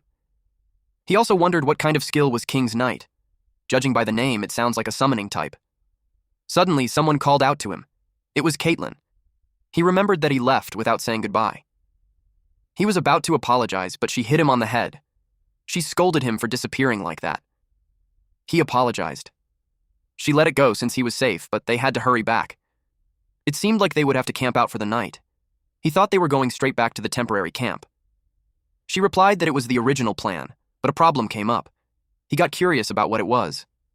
Then he found out that Felicia lost consciousness. She had just been released after being captured by the Scarlet Lightning tribe, but she must have pushed herself too much. Caitlin also shared that before she collapsed, she would be fine with just resting, but they had no idea when she'll wake up. And without her, they couldn't summon the Phantom Seed. So, for now, they'll just have to watch over her condition. Shutra was worried about Felicia. That night, everyone was asleep, except for Shutra. He wondered if his stamina had fully recovered from just leveling up, because strangely, he doesn't feel tired at all. He thought of waiting until morning just like that, but he remembered that they were in a ruin, which means that there must be some hidden weapons or treasures inside the dungeon. He also expected some traps or guardians. He pulled out the thunder hammer and considered the possibility that he's the ruler of the ruin, because he has that. The power of the anvil only works while in there, but within the ruin, it manifests as absolute power. In other words, he already obtained a free pass to the entire place. Karak was laying on the ground, sleeping peacefully. He woke him up. He wanted him to come with him. The pathway was lit with a torch. Karak wondered if it was really okay to just barge in like that. He was worried that something would go wrong. Shutra stated that he's the ruler of the place, so there was nothing to worry about. He explained to Karak that the place was a ruin, so there should have been good weapons there. Karak agreed. He opened the door to a room. It made Karak gasp. He saw an enormous monster. Shutra explained that it was just an arc golem, and in the form of a griffin. Karak had no idea, so he made him think of it as an extremely powerful monster. If they had just wandered in there blindly, they could have just died right there. Karak told him to stop saying such unlucky things and hurry out. He was terrified of the presence of that giant thing. He would rather avoid fighting monsters like that if he could. Shutra teased him for being a coward. He clarified that he's not a coward, but instead, he's cautious. They reached another room. He got excited because it was full of treasure. He excitedly showed the prince an amazing piece of armor. Shutra replied that it looks good on him. He could feel a subtle mana from it, so he knew it was magic armor. He asked Karak if he wanted it. Karak got excited and asked if he could really have it. He replied yes, since it was way too big for him anyways. Karak sincerely thanked him. Then he saw some gold coins. He wondered what those ancient gold coins were for. He decided to store all the useful things inside his inventory. He also instructed Karak to grab everything he could. He noticed the treasure chest. He got curious and opened it. but he got alarmed. A door had opened. It was a hidden space. It totally made him excited. He was looking forward to what was in there. He stepped inside, and after going through the passage, a wide chamber appeared. And then someone called him. There was a mana at the center, and he was familiar with it. Even though it was his first time seeing it, the name just surfaces on his head. Enkidu. It was Enkidu's gauntlet named Earthquaker. Shutra watched the gauntlet. It addressed him as the valiant knight of conquest. He approached it since it was calling out to him, and then he took it. As soon as he touched it, the system notified that his level, mana, strength, and mental strength was insufficient. He realized that he can't wield it yet. The gauntlet glowed, and it granted him permission. The system notified him that Earthquaker acknowledges him as its master. The system changed the user of the Earthquaker to Shutra. Shutra's hand glowed. He felt pain when he wore it, but he was able to endure. He was glad that it acknowledged him as its master. His strength, mana, and endurance had increased by 10. He didn't expect his stats to go up that much, just from equipping it. He could imagine what would happen once his level rises. He was quite pleased with it. It was a better item than he expected. Karak then unexpectedly appeared behind him and asked what just happened. Our MC was startled. He asked him since when he had been there. The ogre replied that he saw it all, that he made some gauntlet appear out of nowhere. He didn't expect him to see everything. If something like his inventory gets exposed, he knew it would be a hassle. Karak knew that whatever it would only bring trouble if people found out, so he promised that it would just be between them. He was confident to take the secret to his grave. Shutra was touched. Karak told him that they should head back now that they had everything they needed. He expressed that the place feels eerie and gives him a bad feeling. He agreed that they should return. They passed through the room full of treasures, but something caught his eye, so he told Karak to wait. The ogre asked what it was this time. Then he pointed it at him, but Karak had no idea what he's talking about. Shutra replied that the exact thing they needed was right over there. Later on, they made Felicia drink some potion. Her body glowed, and she regained consciousness. He asked if she's awake. Caitlin was so relieved. Felicia asked what happened.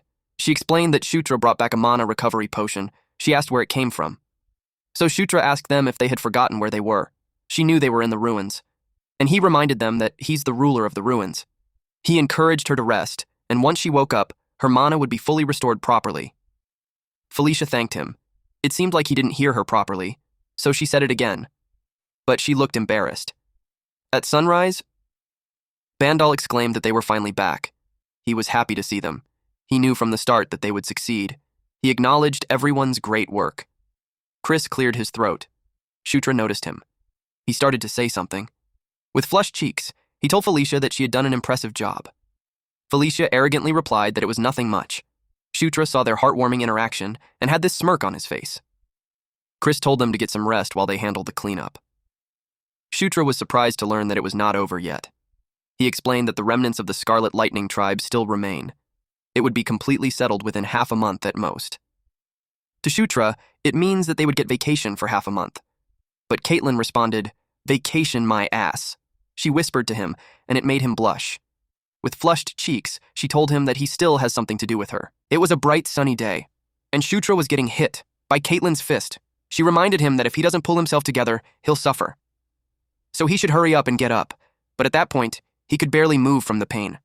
He was prepared for it, but it was seriously brutal training for the Beast Fist art. The something that Caitlin mentioned earlier was none other than Beast Fist art training. In the first 5 days, it felt like he did nothing but get beaten up. Only after a week did Caitlin's punches start to become visible to him. And so came the 11th day of training. He faced her. She noticed that he was starting to keep up quite well now. He replied that it was about time after all the beatings he had taken. He thinks that it was thanks to the daily special training that his Beast Fist art and aura levels had both reached level 5. At that point, Caitlin deemed that he should be ready to begin the Beast God Fist art. That got him excited. She expressed that she was impressed. She had never seen anyone learn that fast before. He had this big smile on his face after knowing that he could finally learn the secret techniques of the lycanthropes, the Beast God Fist art. From there on, she would teach him a new way to wield aura. She grabbed his hand and told him not to miss a thing and follow carefully. She asked if he got it. He replied yes. Their hands glowed.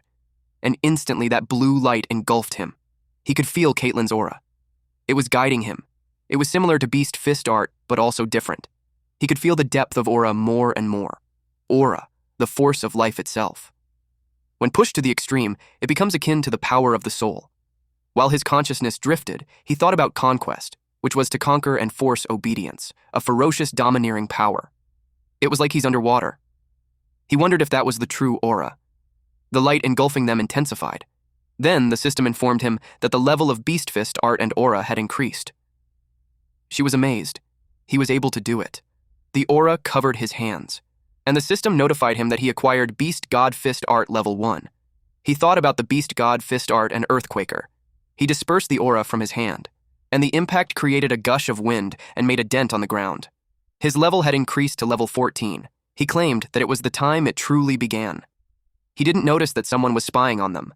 It was Bandal. He had this pleased expression on his face. The next morning, Shutra and Caitlyn were eating breakfast together. He had something to ask about Felicia. He asked why things are like that between her and Chris. In his perspective, Felicia was supposed to be a key ally he needed to bring to his side, just like Chris. But if their relationship was strained, it could be a problem. He noticed that they weren't on bad terms, but they were distant. She told him that it's not like there was some direct incident between them. She wasn't so certain, but she thinks it has something to do between Chris and Sylvan. Shutra said that name. And Caitlyn scolded him that even if he wasn't there, he shouldn't throw his name around so lightly. He apologized and explained that he was just a little surprised. Felicia's twin brother, Sylvan Doomblade. He was a pretty troublesome opponent when he played as Zephyr. He asked if there was some problem between Chris and Sylvan, but Chris suddenly entered the tent. They were startled. Caitlyn asked him what was going on since he's early. He told them to pack their things because the matter wrapped up quicker than expected, so they were going to leave in the afternoon. Shutra asked where they were going. Chris couldn't believe he's seriously asking that. He told them that if the matters were done, they need to report it. Bandal shook the hand of Shutra while acknowledging the hard world of the prince and princess this time. And he told the 9th prince that he looks forward to meeting him again. Shutra replied that he'd be waiting too. Chris asked them if they're ready to head out, and he replied yes. They were off to the Demon King's castle. Meanwhile, at the castle, it looked eerie. There was someone on the throne. He was huge and was wearing full armor. The journey of returning to the Demon King's castle was fairly simple. First, they moved to the teleportation circle, capable of long-distance spatial leaps, and then they used transfer magic to return directly to the Demon King's castle. The estimated time to reach the nearest teleportation circle was 3 days. It was a journey that did not consider stopping at inns at all. In other words, another night of camping under the open sky was confirmed. They would be arriving at the Demon King's castle tomorrow, and Shutra felt nervous about it. Currently, the Demon King's castle is divided into 3 main factions. The second prince, Zephyr Ragnaros, the Demon King's second son and his worst enemy. Then there was the first Prince Baikal Raganros, and the 4th princess, Anastasia Nekrion. In the struggle for the throne, the order of birth meant nothing. The one who accumulated greater achievements and demonstrated superior ability was always placed at the top. That was the structure. Among them, Baikal and Zephyr were full-blooded brothers, and their abilities were nearly equal. They inherited the blood of their mother's side, the Draconian clan, and both held immense strength as a result. Still, if one had to be chosen as heir, the more moderate-natured eldest son, Baikal, would probably be the better choice. But Shutra knew that the choice had no meaning anyways. Because after a certain day, everything will change. That's why he had to prepare for everything that he could. First, he planned to raise his level until he can fully wield the Earthquaker, and make maximum use of the new strength he gained, the King's Knight. He activated the skill and a Knight Order was created. Shutra thought that it was just another summoning-type skill, but the system showed more details. He's the Knight Commander, and he had 0/2 members. There was no Knight in training. He had the skills, Knight Order level 1, and under that was the Knight's Blessing level, which increases the health points. On top of this was the special skill summon at level 1, wherein he could summon the Knight Commander. It was limited to once every 3 days. It was some sort of guild system. He was surprised at how broken the skill was. It was already good at level 1, so he got excited on how good it would become later.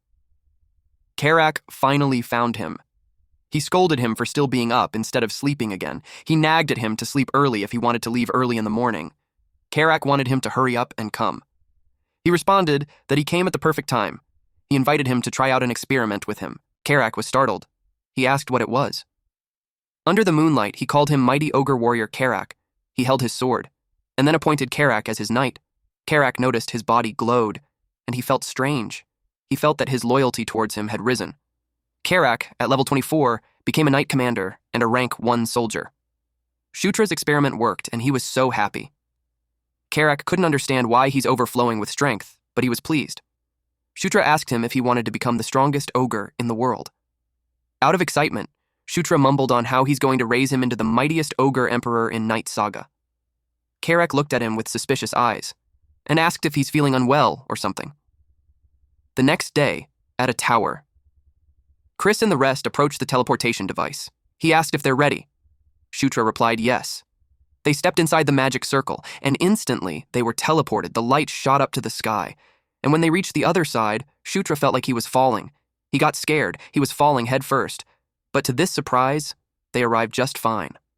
Caitlin asked if he's fine. He replied yes. Suddenly, someone called Felicia. They had been waiting for her. It was her attendants. She happily chatted with them. Shutra saw it as a fan club. He asked if those were her attendants and subordinates. Then, someone approached and welcomed Chris and Caitlin. He noticed that there was no one for him, and the Dark Elves started gossiping about him. They laughed at him. He now understood where he stood within the Demon King's castle. He was fine, though, since it was all within his expectations anyway. He asked if Karak was ready, because from there on, they would start changing things one step at a time. Inside the Demon King's castle, particularly in an old room. That seemed like a storage area. It was Shutra and Karak's dwelling. Shutra was just thankful that there was a room for them. Karak thought of unpacking their things there. Then he remembered that the official event schedule starts tomorrow. Until then, they are allowed to spend their free time however they like. Shutra replied that it doesn't feel any different from being left to rot somewhere. Suddenly, someone knocked. Flora Sevensward, from the Demon King's Castle Real Estate Management Bureau, greeted him. Shutra asked what brought someone from such a high office to a rundown place like that. She told him that it was because his public merit level has increased. So he's now eligible to choose a new residence. Isabella from the Office of Public Merits came to meet with him too. Shutra asked her if it was true that he could receive a new residence there. She replied that he had come to the right place. She displayed a screen. With his latest conquest complete, his merit level officially rose to level 5, bringing his total merit to 15,000 points. The system laid out his achievements one by one, uncovering the dwarves' hidden mine and its connected portal, crushing the Scarlet Lightning Tribe's chief and his elite unit, personally carrying out the execution, rescuing the 7th princess, Felicia Doomsblade, leading the frontal assault on the tribe's main stronghold, claiming the legendary Thunderbirth anvil, and finally placing the entire Scarlet Lightning Tribe under his rule. The rewards followed immediately. New sections of the Demon King's castle were now open to him, and his monthly stipend skyrocketed, jumping from a pitiful 5 gold to a staggering 500. He was the first prince to achieve that much on his very first mission. He asked her to show him the available residences right away, later that day. Karak's jaw dropped.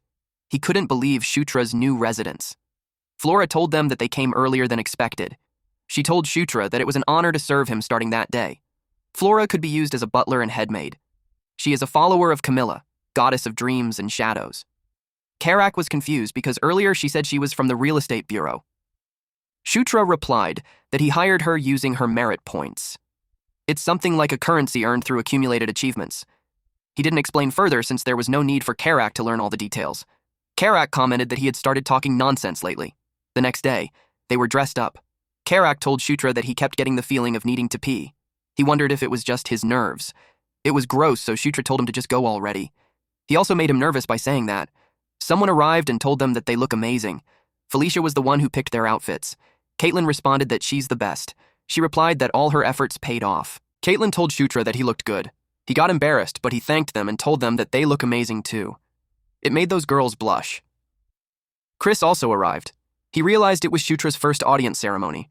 He told him that he's the star for that day. He encouraged him to show himself to everyone in the Demon King's castle. He confidently replied yes. He knew that there were those people who would think that his achievements were simply luck. The vassals were in the room. Shutra was confident that everyone would soon have their eyes on him. The prince and princess entered the room. Shutra wanted everyone to look again at the worthless prince they once dismissed.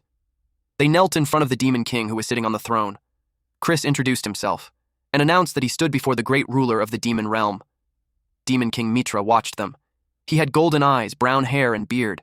His facial features looked more human. His aide would now report the achievements of the prince and princess. Demon King Mitra was the father to all the children of the Demon Kings. Shutra had forgotten that he was the one being who must never be underestimated in the Demon King's castle. While he was kneeling in front, he felt immense pressure.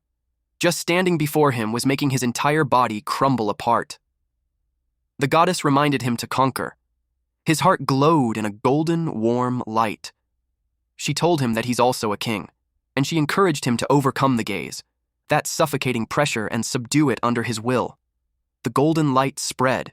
He was told that it was the power of conquest. Shutra was able to look confidently and directly. Demon King Mitra saw him and called out his name. Everyone's jaw dropped when they heard it. Shutra simply met his gaze, though he was slightly taken aback.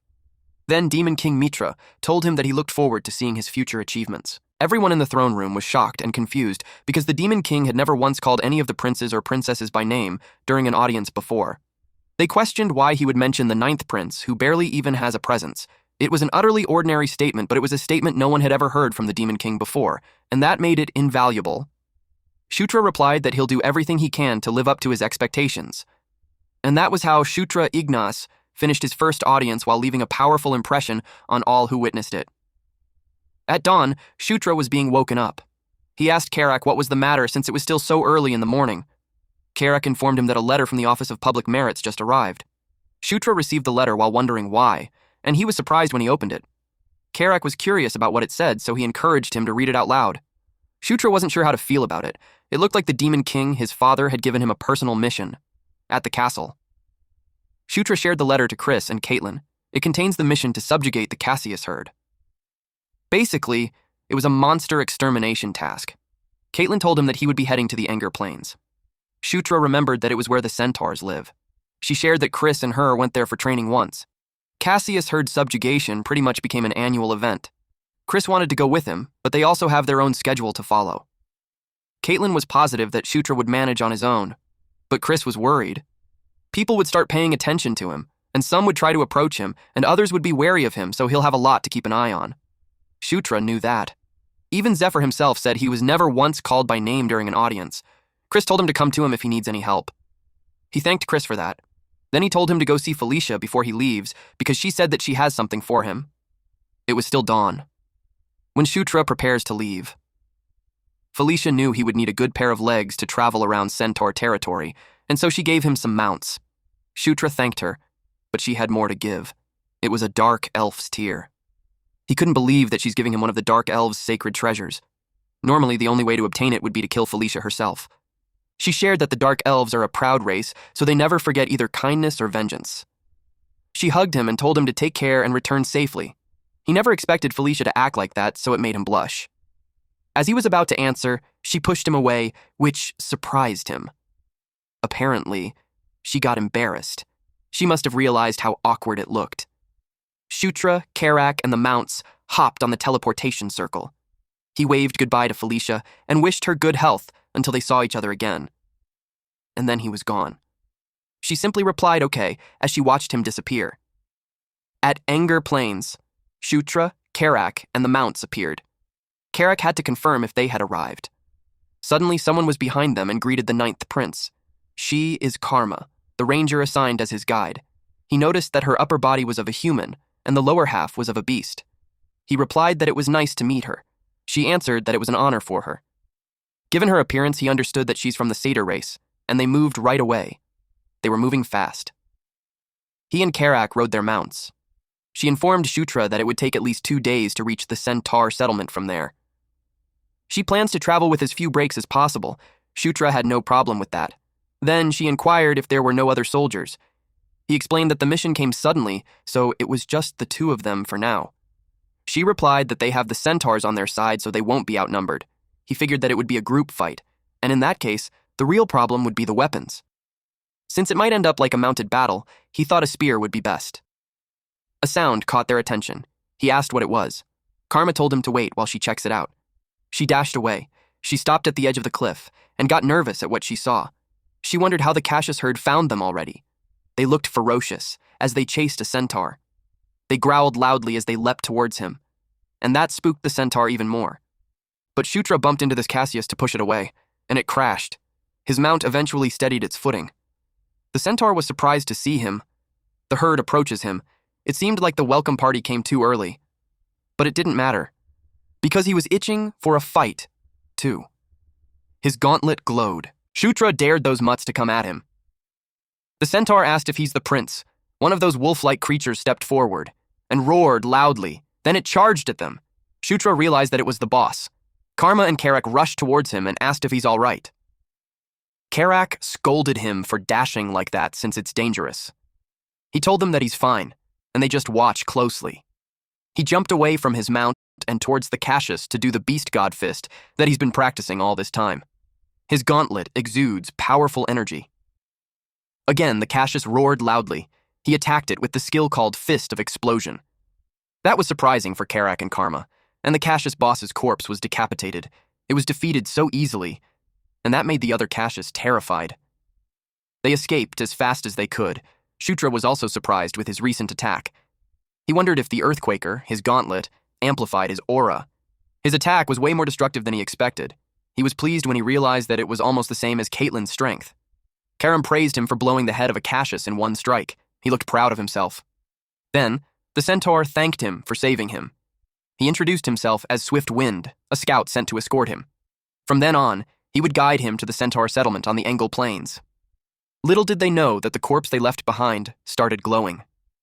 They reached the Engel Plains centaur settlement. There were 4 centaur tribes that dwell on the plains: the Fierce Wind, Heavy Rain, Rough Night, and Raging Flame. Among them, the Raging Flame tribe was the most powerful, and its chieftain also served as the High Chieftain, uniting the other tribes. Shutra was being welcomed. He met Savage Eyes, the High Chieftain of the Centaurs. To anyone who played Night Saga, the Demon Realm chapter, they would recognize that name since he's an unavoidable encounter. Not as an ally, but as an enemy. Karak whispered to Shutra about the deadly glare of the High Chieftain that lived up to his name. But Shutra knew his place as the 9th Prince. Savage Eyes glared at him, but he looked at him with fierce gaze as he demanded to hear the assessment of the current situation. They went inside the tent, and Savage Eyes revealed to him that the situation wasn't good. The Cassius herd, which should have been far north by then, had now come down south much earlier than usual for that year. So at the moment, the scouts were out observing the area, although some assume that part of the Cassius herd may have just simply lost their way. In the game, Savage Eyes was an unrecruitable NPC, one that players could never ally with. Shutra was informed that in 3 days' time, the warriors of all 4 tribes would gather there, and once united, they could crush the beast no matter where they were. Shutra was hoping things would be different this time. He responded that he'll wait, and he asked if there's anything else. Savage Eyes addressed him as the 9th Prince, and verified if it was true that he smashed the Cassius skull with a single punch. He smirked and replied that it was true. Deep inside, Shutra was hoping that this time, Savage Eyes would be an ally too, just like how Chris and Caitlyn became his allies. Then he told him that if he wanted, he could show it to him later. Savage Eyes observed him, and responded that he'd be looking forward to it. When they left the tent, they caught the attention of the other centaurs. They talked about him since they heard that he crushed the Cassius skull with a single blow.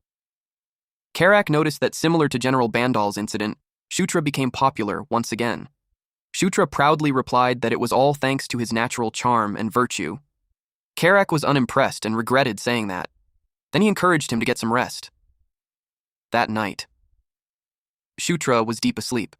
There was a faint glow over him, and that woke him up. To his surprise, it came from Earthquaker. He had no idea when it got into his arm. But suddenly someone appeared and called his name. He turned his attention to that person. The green glow came from her. She expressed that she requires his assistance. He asked who she was. She explained that she's a fragment of the Watcher Ankle, and she's called the Green Wind. Shutra was familiar with Green Wind. It's one of the nature spirits worshipped by centaurs and satyrs. In the lore of the Night Saga's world, the reason the Engel Plains stayed lush and green was because of the power of Green Wind. He was surprised when he was transported to the plains. She brought him to her home, where the fragment of her creator, the Watcher Ankle, resides. Hearing about the fragment of Ankle, he remembered something. Watcher Ankle was one of the 6 Elder Dragons. Elder Dragons are divine beings that players could never encounter in Night Saga. He only recently obtained Enkidu's Earthquaker, and now, there's this encounter with Watcher Ankle. He was suspicious of how coincidental it was. Greenwind told him that they have no time. Monsters from the north were approaching her home. Their goal was to steal the greenery of the Engel Plains. They would destroy her home and devour her spirit. She knew only him could protect the place. Shutra was doubtful of that because his level wasn't high enough. She pointed out that he already possesses the power of Enkidu. He had nothing to worry because the fragment of Enkel would also grant him greater strength. But first, he has to show the token to her children. After that, he was back in his room. His fist was still glowing. It was from the fragment that he's holding. She told him that her children would surely lend him their power. That night, he went directly to Savage Eyes. Upon hearing that, Savage Eyes raised his tone. He couldn't believe that Green Wind was in danger. Shutra explained that there's a small temple to the northeast, and if what Green Wind said was true, the Cassius would be attacking it soon. He told Savage Eyes that there's no time. They had to gather their troops and move out immediately. Savage Eyes cleared his throat and replied that it was quite a claim, and they couldn't just march out based on a single story. But he stopped mid-sentence when he saw a faint green glow. He immediately recognized what Shutra was holding, the Green Wind's divine relic. His stance had changed. He asked Shutra what he needed to do. The next day, the centaurs had gathered. They have spears and bows with them. Shutra on his mount walked among them. Shutra was guided by his minimap, and nearby, he could already see their destination. It was the Temple of the Green Wind. If it weren't for the minimap, he would have never found it with how deep it's hidden in the wilderness. But they saw the attackers coming closer. Shutra wondered how the Cassiuses found out where the Green Wind resides. He could tell that there was something that he's not aware of. Savage Eyes expressed that there were more Cassius than he expected. He asked the prince for his plan. Green Wind told Shutra to draw power from Enkel's fragments. He could tell there was something inside the temple. He told Savage Eyes that he would head there while they keep the enemy from getting close. He invited Karak and Karma to come with him. Meanwhile, Savage Eyes ordered their army not to let a single one through to the temple. He told them to prepare for battle, and they charge. The archers got into position and fired the arrows. Many Cassius were hit. The swordsmen pushed forward and slashed the enemies on their way, while Shutra and his team hurried to the temple. Karak confirmed with Shutra their goal, which was for Shutra to reach the temple. Shutra told him he's right, and that made Karak more determined to clear the path no matter what. He went in front as the Cassius approached them. He prepared his axe and slashed those who were in the way. Karma fought too, using her dagger. Shutra praised them and kept going. They were almost there, but a large bat had almost hit him. The attack threw him and his mount away, and they both fell. The large beast-like centaur growled loudly, and it charged again towards him. Shutra felt bad for letting his guard down. Karak rushed to his side and deflected the attack. He was relieved to see him. Karak asked if he's all right. Karak smiled at him and told him to get up since it wasn't time to rest yet. The large creature growled again. Karak deflected its attack. It happened again, and it looked like he was having a hard time. Shutra teased him for acting cool earlier, and now it looked like he's done. He activated the skill Under the King's Banner and boosted Karak's strength. This time, they're going on the offense. Karak struck the creature and caught it off guard. This creature staggered backwards and Karak chased after it. He gathered his strength and slashed it at the chest. The large creature vomited blood. Karak went for the head. He hit it with all his strength. The dust in the area scattered. He told the prince to go now and leave that place to him. Shutra counted on him and left. Shutra ran as fast as he could towards the temple. He opened the door. Then he heard a voice telling him to hurry up. He recognized that it was Green Wind. Her gauntlet glowed. She told him that Enkidu's artifact would guide him. He sensed the energy was heading towards the interior of the temple. It continues to flow inside, towards a giant tree. He stopped in front of the giant tree. Then the tree's vines started to move. That startled him, but it gently stopped in front of him to give him something. His eyes widened at what he saw. It was a dragon heart, the source of mana that every dragon possesses. Dragon heart. Now he realized that the fragment of Enkel was pertaining to that. Green Wind appeared and informed him that the Engel Plains have maintained peace for a very long time through the magic of the Watcher Enkel, and the temple was the center of that magic. It was born from the fragment of Enkel, and if the place was destroyed, the peace would shatter. She instructed him to awaken the old magic of Enkel left in the temple and stop that from happening. Meanwhile, outside the temple, Savage Eyes commanded their army not to retreat. They mustn't let the enemy enter the temple. Karak continued to fight. The same goes for Karma. Green Wind begged the Ninth Prince to protect Engel Plains and her children with the magic left behind. Shutra accepted the dragon's heart, and he was transported into a different place. He was confused at first, because there was a dragon in front of him. He knew it was Watcher Ankle. Her eyes glowed. Then she offered her powers to him. It made the temple shine brightly, and that light even shot up to the sky. It caught the attention of the centaurs even during mid-fight. Their jaws dropped. Carrick thought of his prince. Thick, large vines had emerged from the ground, and it grew taller and larger. It was forming into something. When it was done, it formed into bipedal wood creatures, and it targeted the Cassius. It attacked without hesitation, and the Cassius were caught off guard. They didn't have the chance to evade or run. Those wood creatures continued to thin their numbers, until Greenwind sensed that the magic of Ankle had awakened. She sincerely thanked the prince. But Shutra was still holding the dragon's heart. It made Greenwind step back. She had no idea what was happening. She questioned why the mana of Ankiel was flowing into Shutra. She asked him if he's trying to absorb Ankle's power, but it looked like Shutra wasn't himself. She told him to stop. If he keeps going, his body won't be able to stop it. Shutra was notified by the system that his level increased. His cheek was cut, but it healed instantly. Greenwind saw it happen. The system continuously notified him of his level up, and Shutra heard once again that he should conquer, to subdue and make them kneel in obedience. Even if it was the lingering remnant of an elder dragon, it would still kneel before him. The dragon heart merged into his heart, and that caused a blinding light to appear, and eventually, it subsided. Shutra rested his arms on his things to support himself. The glow from his body slowly dims, and when he opened his eyes, he was called the Knight of Conquest, and he had obtained a passive skill called Dragon Body Level 1. He also acquired the skill Dragon Blood and Immunity to all poisons, Level 1. He gained another subclass, which was the Dragonborn. It is a being who has awakened the dragon gene and can wield dragon magic. Despite being a hybrid of a Draconian and Asura, Zephyr's recessive inheritance allowed him to awaken the dragon gene. Greenwind told Shutra that he obtained both the spirit and body of a dragon. She could feel the power of the Watcher Ankle within him, but she wasn't disappointed because, after all, this was a power that no one could use. It was sealed away and kept in slumber for a millennium. She addressed him as successor of Watcher Ankle and expressed that she had one wish. She asked if he could protect the Engel Plains and her children. Shutra smiled and replied yes. Outside the temple, the wood creatures continued to fight. Many Cassius were taken down, but they sensed something. A large Cassius had cut one wooden creature in half, and it intimidated the centaurs by roaring loudly. Shutra saw it from the roof of the temple. He realized that it was the one commanding the Cassius, so he jumped down and approached Karak, for there was something he must do. The commander of Cassius continued to take down the wooden creatures. It growled at them. It sensed something, and suddenly, it was punched by Shutra. It counterattacked, but Shutra stepped back to evade it. For its size, it was surprisingly agile. It chased after Shutra.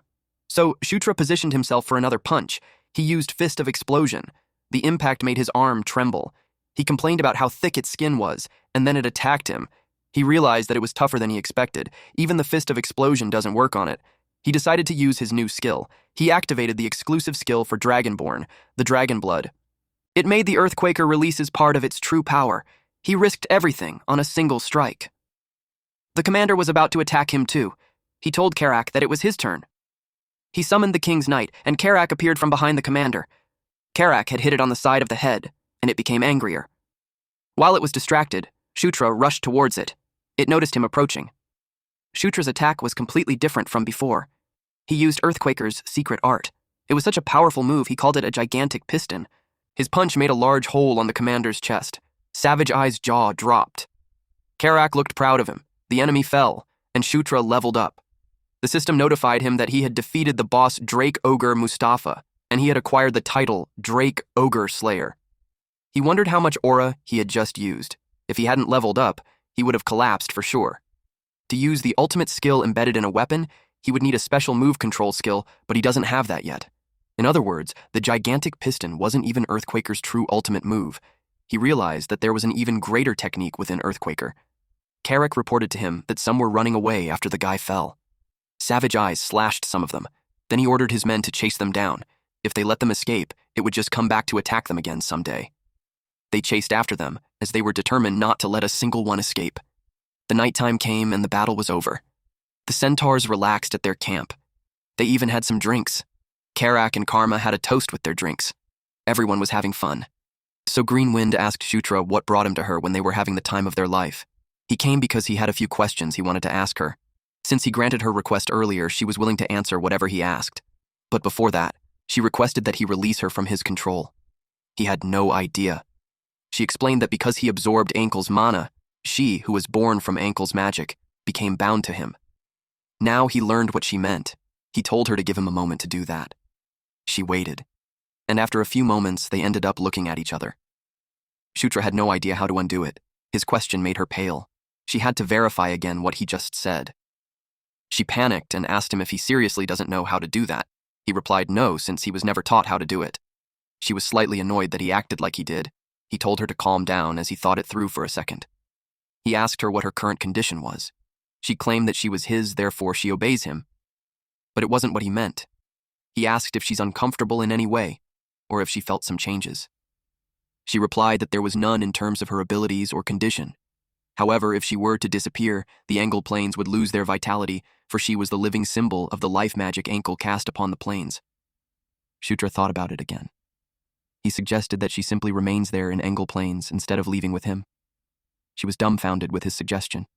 He further explained that there was no need for her to go with him. That made her sad, because to her it was like he's abandoning her. He clarified that it's not what he meant. He asked her if she wanted to come with him. She yelled at him that he's her master, so it's natural that she accompanies him.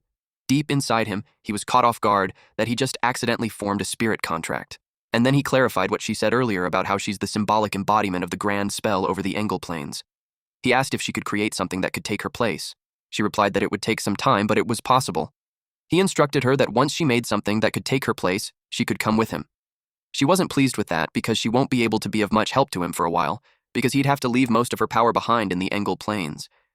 He told her that it's not a problem at all. Internally, he felt like he hit a jackpot. Forming a contract with a high-ranking natural spirit like her was a great opportunity. Her eyes sparkled with what he said. Now that it had been settled, it was time for him to ask questions. He asked how and when Ankle died. She was taken aback with his question.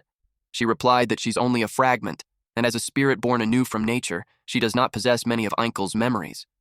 However, she could remember that 1,000 years ago, she was murdered. She does not recall who the killer was, but she's certain that it was not another elder dragon. Shutra wondered who could possibly kill an elder dragon, being said to have godlike powers. Green Wind told him to speak to her casually now, since she's uncomfortable when her master addresses her formally. Now that he had become Ankle's successor, he asked if that meant that he could also contain the power of another elder dragon within him. Generally, it would be impossible, but she thinks that if it was him, it might be possible. He already wields the powers of Ankle, the Watcher of Polarity, and the Great Enkidu, the mighty one who opposes her. If he could balance those two opposing forces, then he might be able to wield the powers of other elder dragons as well. He was impressed. He thought it was the main character's plot armor. He had one last question. He asked her if she knew anything about the power that he possessed. She reiterated that she was simply a fragment and she does not retain all of Ankle's memories, so her knowledge of his power was incomplete. Suddenly, she emitted a blinding light.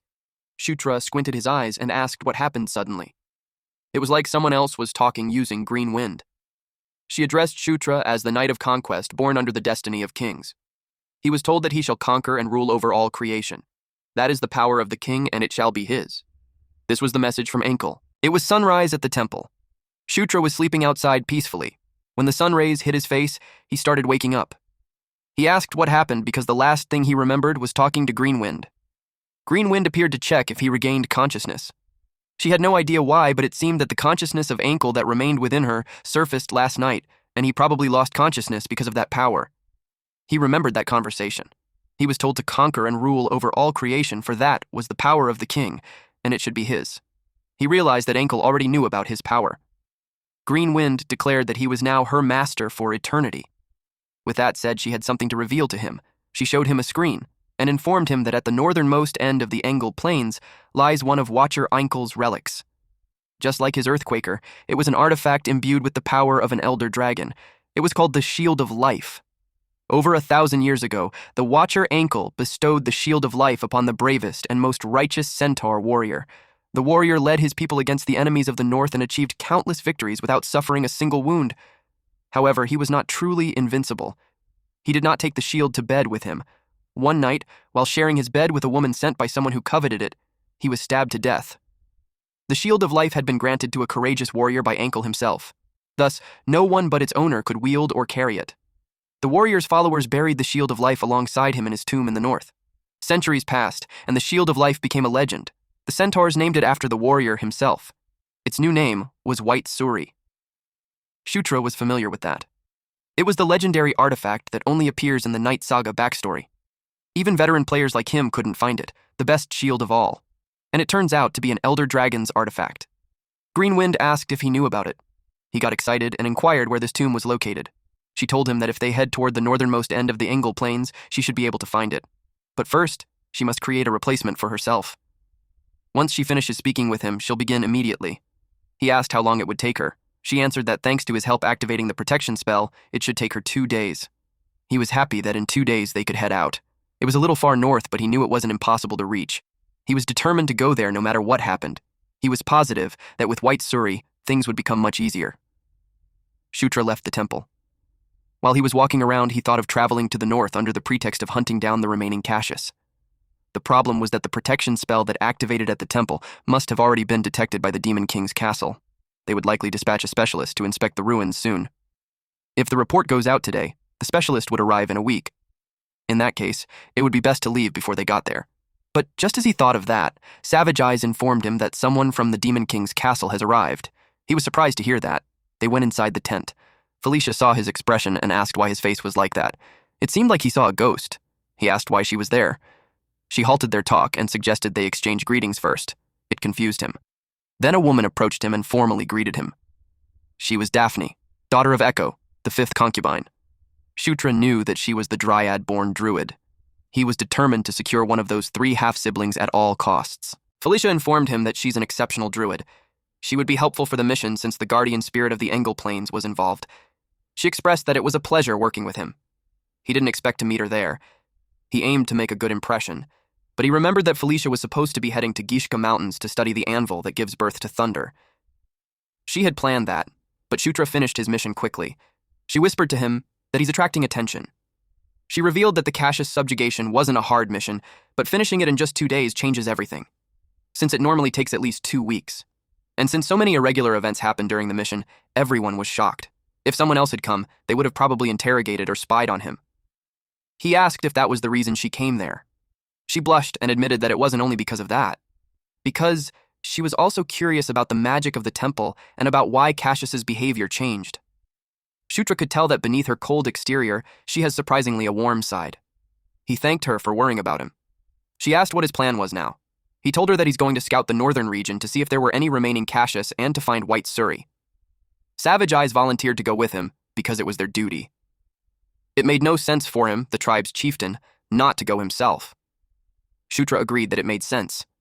But to his surprise, Felicia wanted to come too. She reasoned that it was better to study the living Cassius than the dead one. He just agreed to it, but deep inside he was bothered because looking for the remaining Cassius was supposed to be just an excuse. Karak expressed that he had a feeling that things were going to get complicated. A few days later, they had seen the Cassius. Karak, along with the centaurs, fought with it. While on the battle, he had seen something which proved his instincts right. The centaurs fought.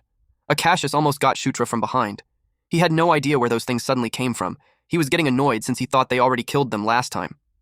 Some flying monsters shrieked. He asked if they were geist. It was such a troublesome bunch that showed up, but they weren't the only ones who could fly. He used the blessing of the wind level 1, which makes the user's body become light, allowing them to move with the speed of the wind.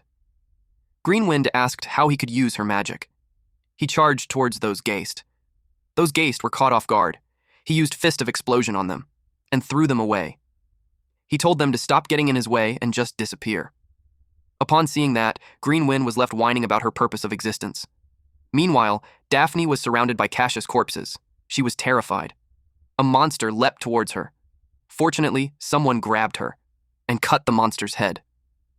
It was Karak. Felicia was engaged in a fight too.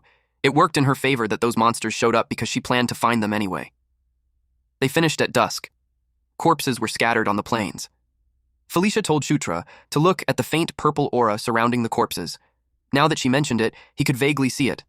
She suspected that it was a type of curse magic. The stronger they become in front of that purple aura, the more their life force is consumed. On top of that, their emotions seemed dulled, almost severed, so she called it a curse, and she knew that someone was controlling them. Shutra was confused because they defeated the commander that manipulated them before. He asked who it was this time. Karak told him to wait, and informed him that Daphne was tense the whole fight. He thinks that it was her first real battle. Upon seeing her condition, Shutra realized that she was far less experienced than the Daphne that he knew. She was trembling when she expressed that she could feel the spirit's fear. There was an ominous power that grew stronger the further they go north. Green wind was in the form of a firefly. She told Shutra that she could sense a sinister energy coming from the north. She suspects that there was an entity that was the source of the purple aura. Felicia expressed that they might learn more if they go all the way to the northernmost point.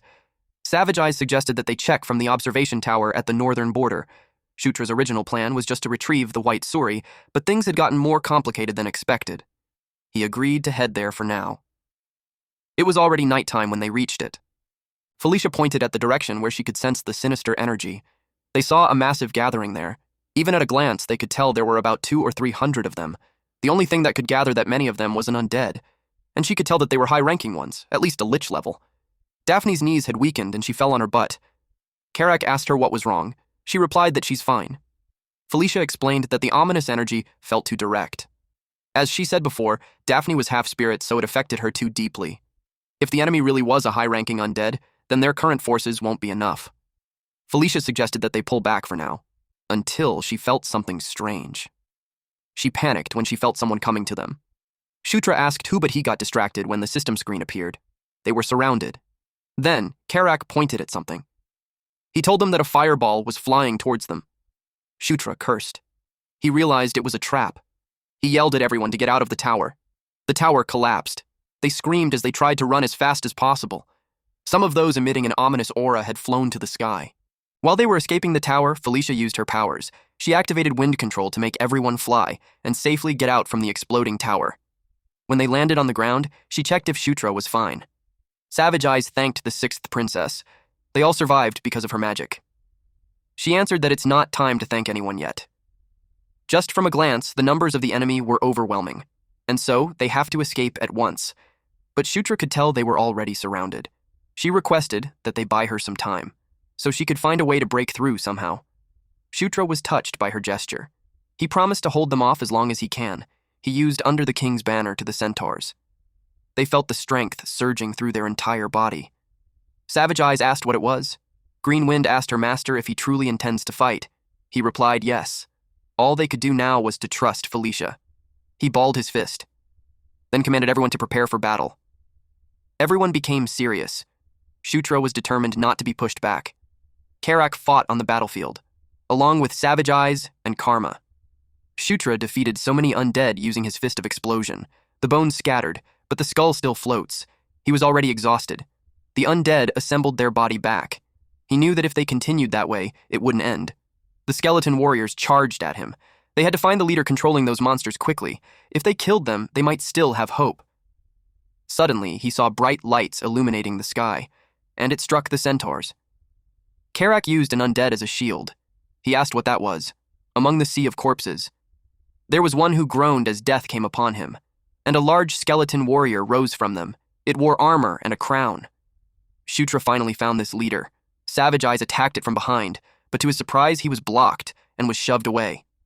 Karak attacked next. His weapon hit its armor, but it just sent shivers through his body. Then the undead leader shoved him away. He crashed on the ground with a powerful impact. Then our boy leapt to attack it. He was thankful that this bonehead came straight to him. He was determined to end the fight now. He used Fist of Explosion, but he was left surprised. It had no effect, and he was just thrown on the ground. He couldn't believe that guy. He was so strong. Shutra knew that he's not someone that they could handle. Felicia told him that it was enough and he could rest now. The undead leader got curious on what she was planning. It was the same for Shutra, but she told him that she would take over. She challenged this bonehead to come at her. Felicia charged with a powerful magic on her hand.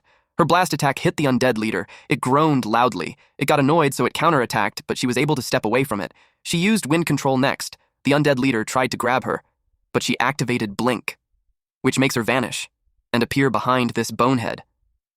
And then she fired 2 beams at it. It made this undead leader groan.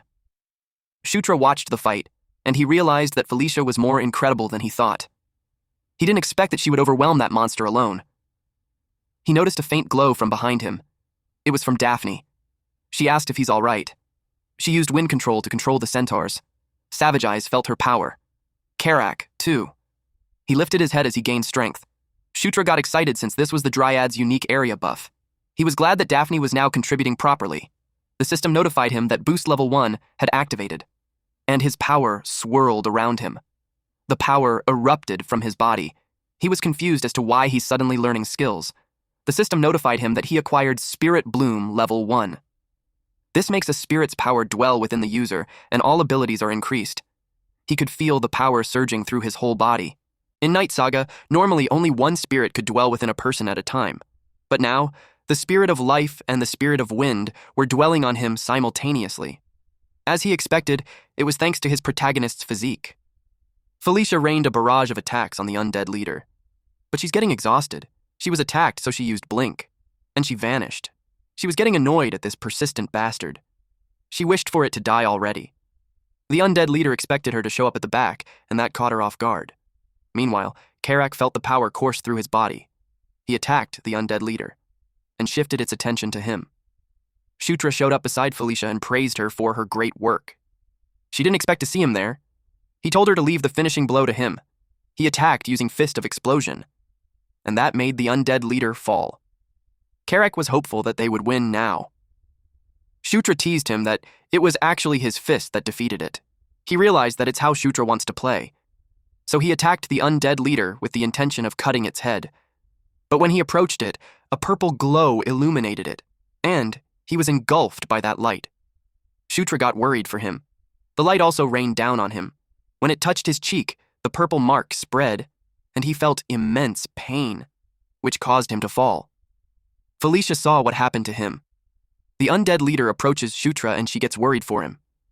Meanwhile, in a different part of the forest, Green Wind was roaming around until she noticed something. It was a grave. She was searching for that tomb of the warrior. The undead leader was about to strike Shutra. It was focused on him. Felicia took offense that it dared to look away when she's the opponent. She fired at him. Using the triple blast skill, the undead leader turned towards her, and it vanished.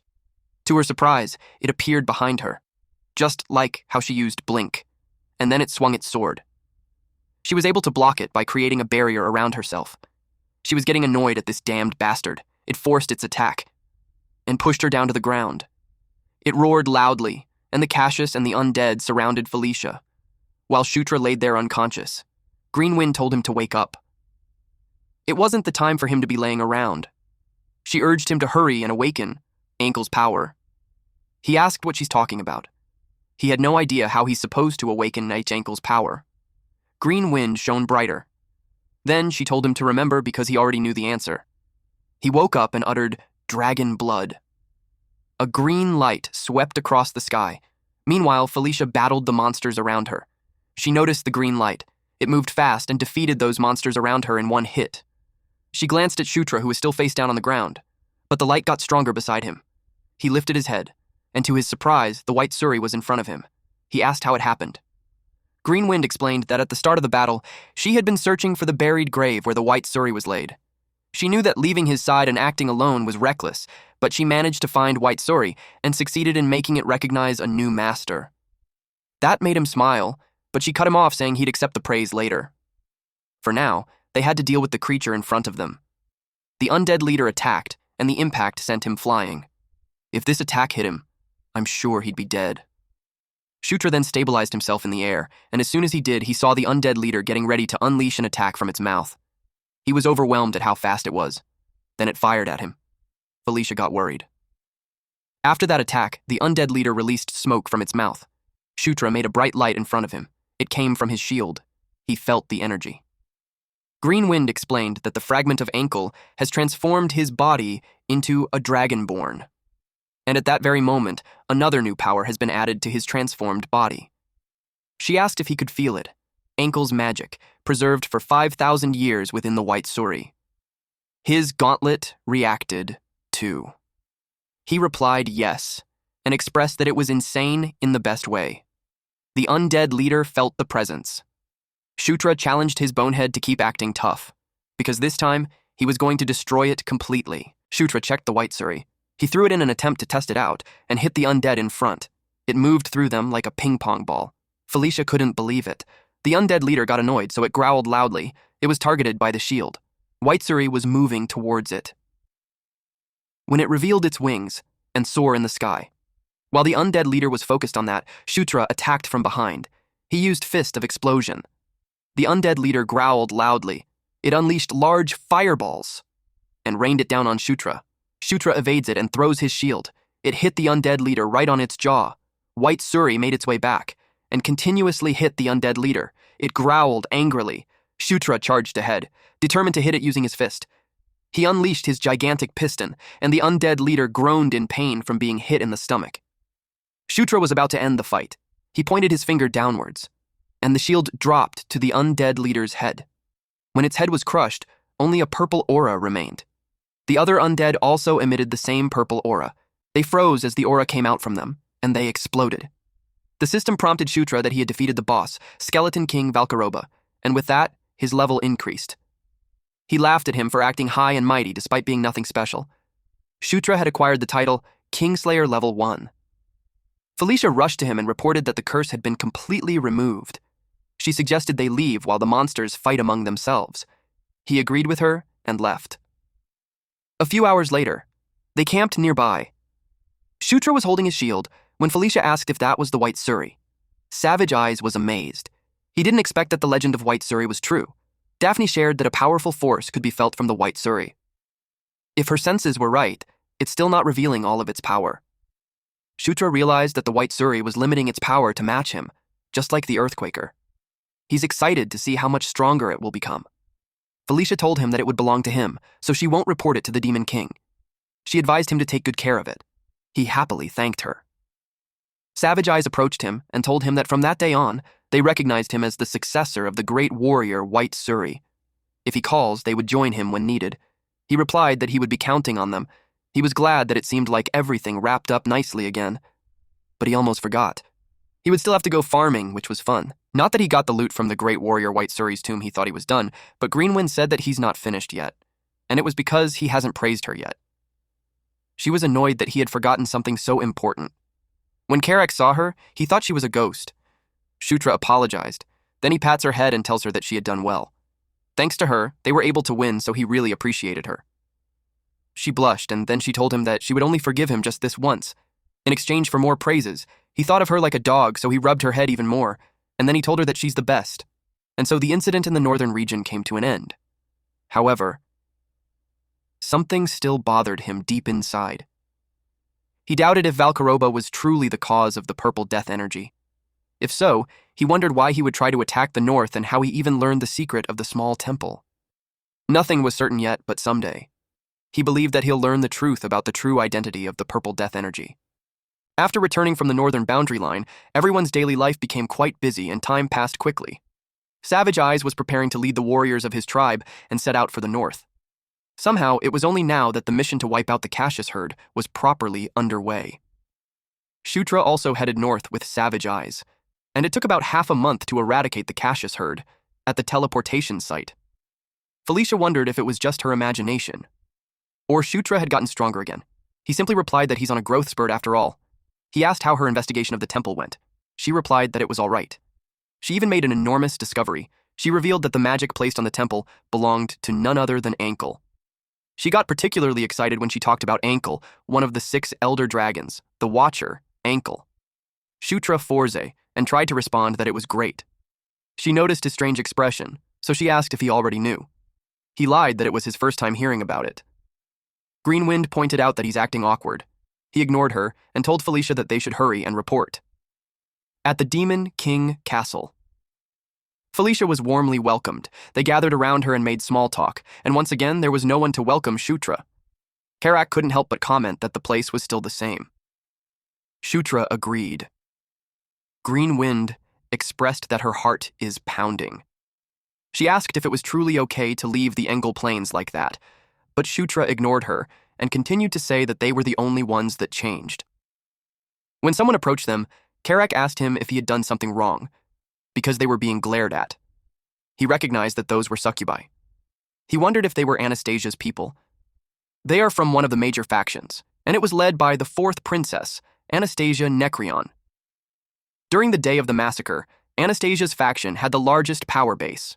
Even Felicia and her twin brother, Sylvan, were part of that faction. Shutra simply stated that since they were paying attention to him, it seemed like what happened on the Engel Plains had already reached Anastasia. He told Karak to get used to it, because they would be getting more attention from then on. At the Office of Public Merits, Shutra was informed by Isabella that his merit level has risen to 10. His monthly support payment has increased from 500 gold to 900 gold, and the number of facilities he may use within the Demon King Castle has expanded. He also now has access to a treasure vault. He was pleased with it. Now, it was time for him to spend some money. He went to the armory. He was told that because his merit level was 10, he may use the first treasure vault. Normally, purchasing weapons requires merit points, but he may also buy them directly with gold. Igor, the armory supervisor, assisted him.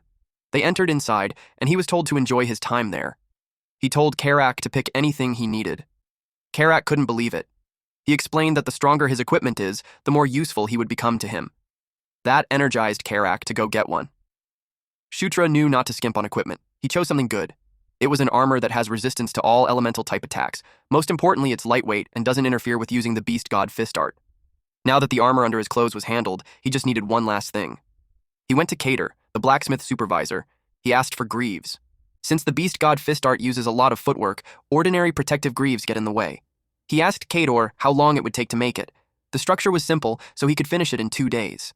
Shutra asked for his recommendations about the materials. He suggested crafting them from dragon leather and scales. It seemed like a joke to Shutra, because he had no way of getting something so rare. Then, Kator informed him that some materials arrived under his name, so he was thinking of using those. Shutra was puzzled. He asked what he meant. Kator realized that he didn't know, so he told him that Lord Ishigard ordered that the dragon leather and scales be delivered directly to him. Shutra knew Ishigard. He's the greatest swordsman of the demon realm, the Sword Lord. He's also an elder of the most powerful race, the Asura. Plus, he's also the legendary warrior who taught Demon King Mitra the sword.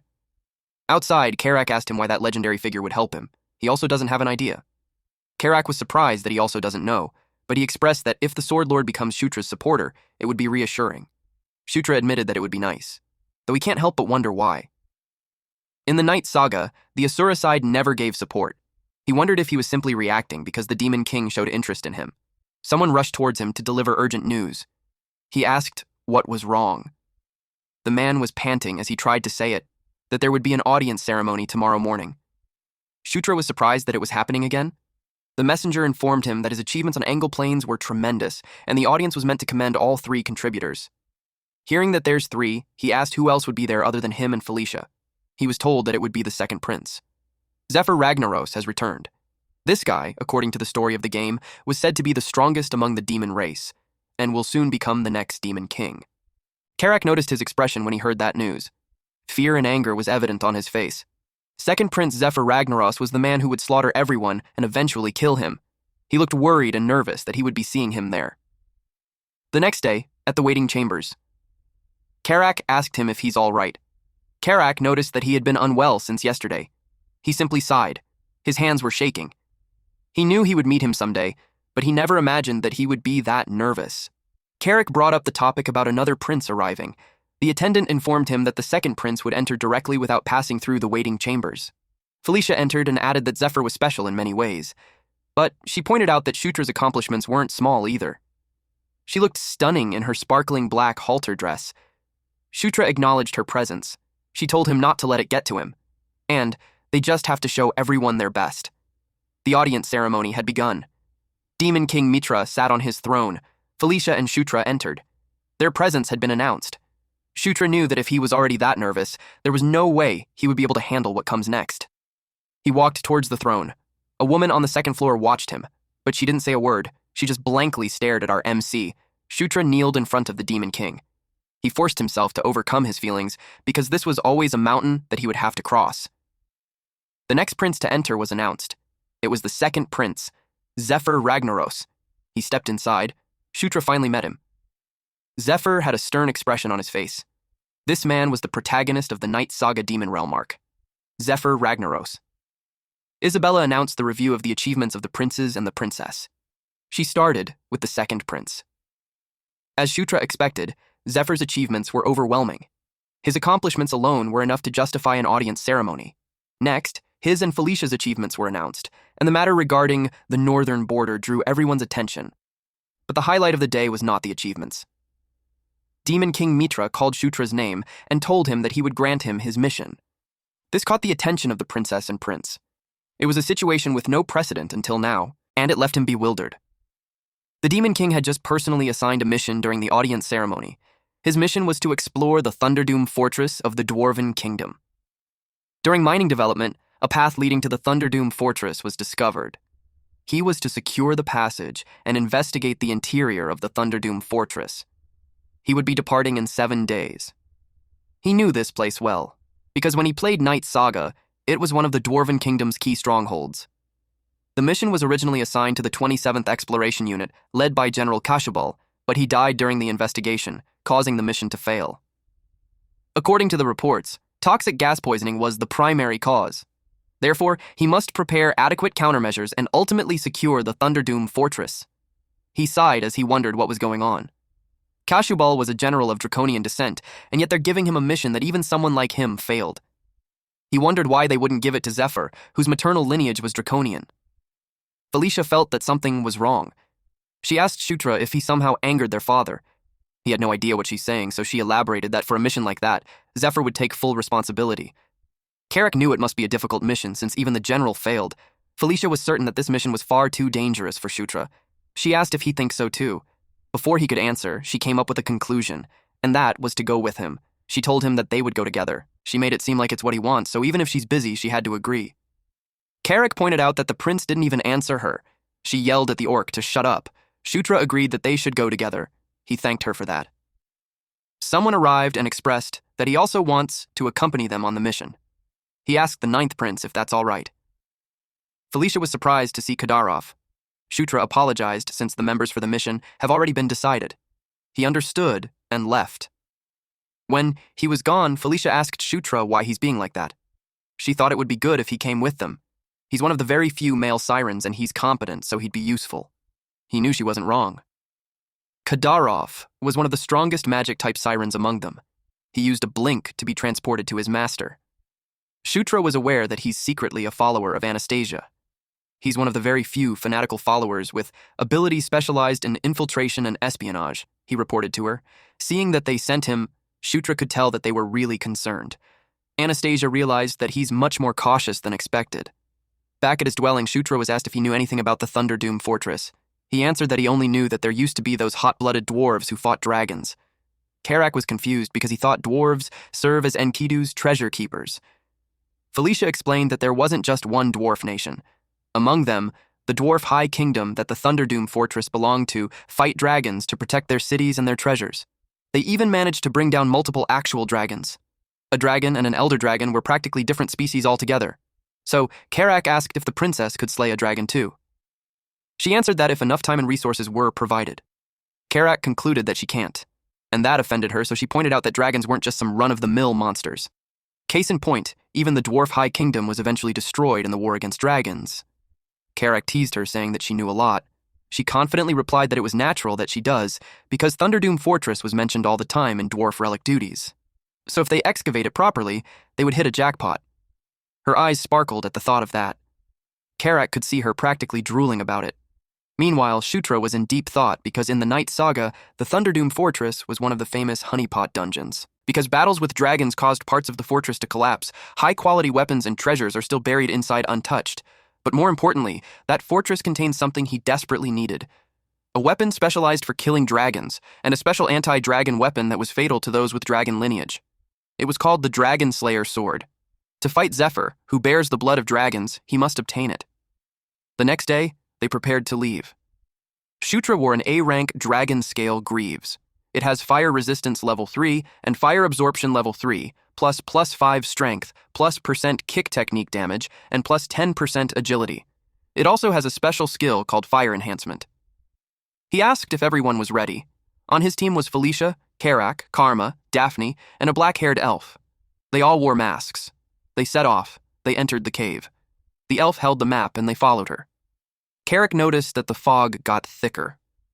Felicia told him that it's not fog, but a toxic gas from the mines, but it was worse than she expected. There was no time limit in their mission, so she suggested they advance slowly. Shutra thinks that was also better. Carrick noticed that the fog's color was kind of strange. It was supposed to be yellow. Shutra asked him what, but then he started groaning in pain. Him and Karma fell at the same time. Shutra asked what was happening. Felicia used her powers since the type of gas suddenly changed. She used winds to clear the air. Her wind collided with something. It caused an explosion, and a gust of toxic gas blew towards them. Shutra was weakened. He called Felicia. The toxic gas continued. Everyone else was down too. Then, some monsters were lurking in the dark. They stepped out and approached the unconscious bodies. The monsters growled loudly. Suddenly, someone spoke that they were the culprit. Shutra was actually conscious, he just pretended to fall. He realized that they were the ones who killed General Kashabal. The monsters' attention was on him, so they didn't notice that the white Suri was coming from behind, and it cut right through them, splitting their bodies in midsection. Green Wind commented that his act of fainting was quite convincing. He told her to shut up. The white Suri continued to slice the monsters in half. One even shrieked when it saw it approaching, but it wasn't able to escape and had its body sliced. After that, White Suri returned to Shutra's arms. He had taken down all of them. Those bastards had used a pretty potent poison. Shutra was almost in grave danger, fortunately. He has level 1 immunity to all poisons because of the level 2 protagonist's physique additional effect. A crack had formed on the ceiling. Suddenly it gave in behind Shutra. He wondered what that was. Those guys had never run out of tricks. He requested Green Wind to protect the remaining party members. She complied with her master's order. He had no idea what was going on, but they needed to get out of there first. He activated Dragon Blood, so he could carry the elf and Felicia at the same time. And then he rushed forward. He found his destination. It was the entrance to the Thunderdoom Fortress. Greenwind tries her best to protect them using the White Suri. He was back and she told him to hurry because the situation was abnormal. He carried Daphne and Karma next. He told Carrick to wait for him and he'll be right back. He moved as fast as he could. The ground beneath his feet caved in from the impact. He reached the room and laid down Karma and Daphne next to Felicia and the elf. He started planning on what to do once he rescued Carrick. But a loud noise made him pale. The door had been blocked by rubbles. He desperately called out Carrick's name. Green Wind told him to calm down. He panicked because Carrick was still there. She reminded him of the spell he used last time on the Engel Plains. He remembered he had that, so he used it at once. He summoned the King's Knight, and a spatial appeared above him. Carrick's head started to peek through it, and eventually, his whole body was transported. Then, he fell on the ground. Shutra got worried. He rushed towards him. Fortunately, it doesn't look like he's severely injured. Shutra was relieved. The whole situation was a mess. He wondered what exactly happened. Also, he was curious what those weird things were. He had never seen such creatures in the entirety of the Night Saga. Felicia started coughing. He let out a sigh as he focused on the urgent matters first. He had to detoxify them before it was too late, but more weird creatures showed up again. He could only curse. One monster from the swarm attacked first. He used Fist of Explosion and knocked back that monster. Shutra was pissed off. He was already busy enough and there was another pain in the ass. Those monsters growled loudly. He glared at them as he told them to shut their mouths and attacked all at once since he doesn't have time to waste. When they charged at him, he prepared his fist, and then he struck them with Fist of Explosion. The White Suri also attacked by his side. It slashed those monsters. The ones closest to him were instantly killed. Shutra went on a rampage. When he was done with that, he started detoxifying them. Felicia gained consciousness. He asked if she's okay. She saw the corpses of monsters around her, so she inquired what happened. He told her not to worry about it since nothing much happened. After they finished the detoxification, they began their full-scale assault on the fortress. Their first target was the control room of the Thunderdoom Fortress. To reach the control room, they had to choose one of two branching paths. One was a long path with few traps, and the other was a shortcut packed with countless traps lying in wait. Felicia asked him what path he would be taking. If they want to play it safe, they really should take the long way around. Suddenly, they heard loud noises. He realized that it wasn't the time to be taking it easy. Carrick asked what that sound was. The black-haired elf replied that it was a signal that appeared when the most important facility in the ruins was under attack. In short, someone was basically attempting the dungeon at that moment. Felicia wondered who else would do that. Shutra showed Carrick the way and instructed him to raise his shield and take point. He didn't expect that. Shutra told him to trust him and do exactly what he says, and nothing would happen to him. There was a dragon's head on the wall, and as they stepped forward, it breathed fire towards them, but Karak's shield blocked it while they stayed right behind him. The next trap was a pit with spikes which made Karak shriek because he almost fell. After that, he deflected spears from left to right, and he faced more traps while the rest just followed behind. Later on, he already looked haggard, and he was panting. Shutra praised him for his good work, but he was just annoyed because he almost died. Shutra pointed out that thanks to his hard work, they got to the control room quickly. The black-haired elf expressed to Felicia that something was off. The gargoyles that should be guarding the place weren't there. They decided to just go inside for now and see.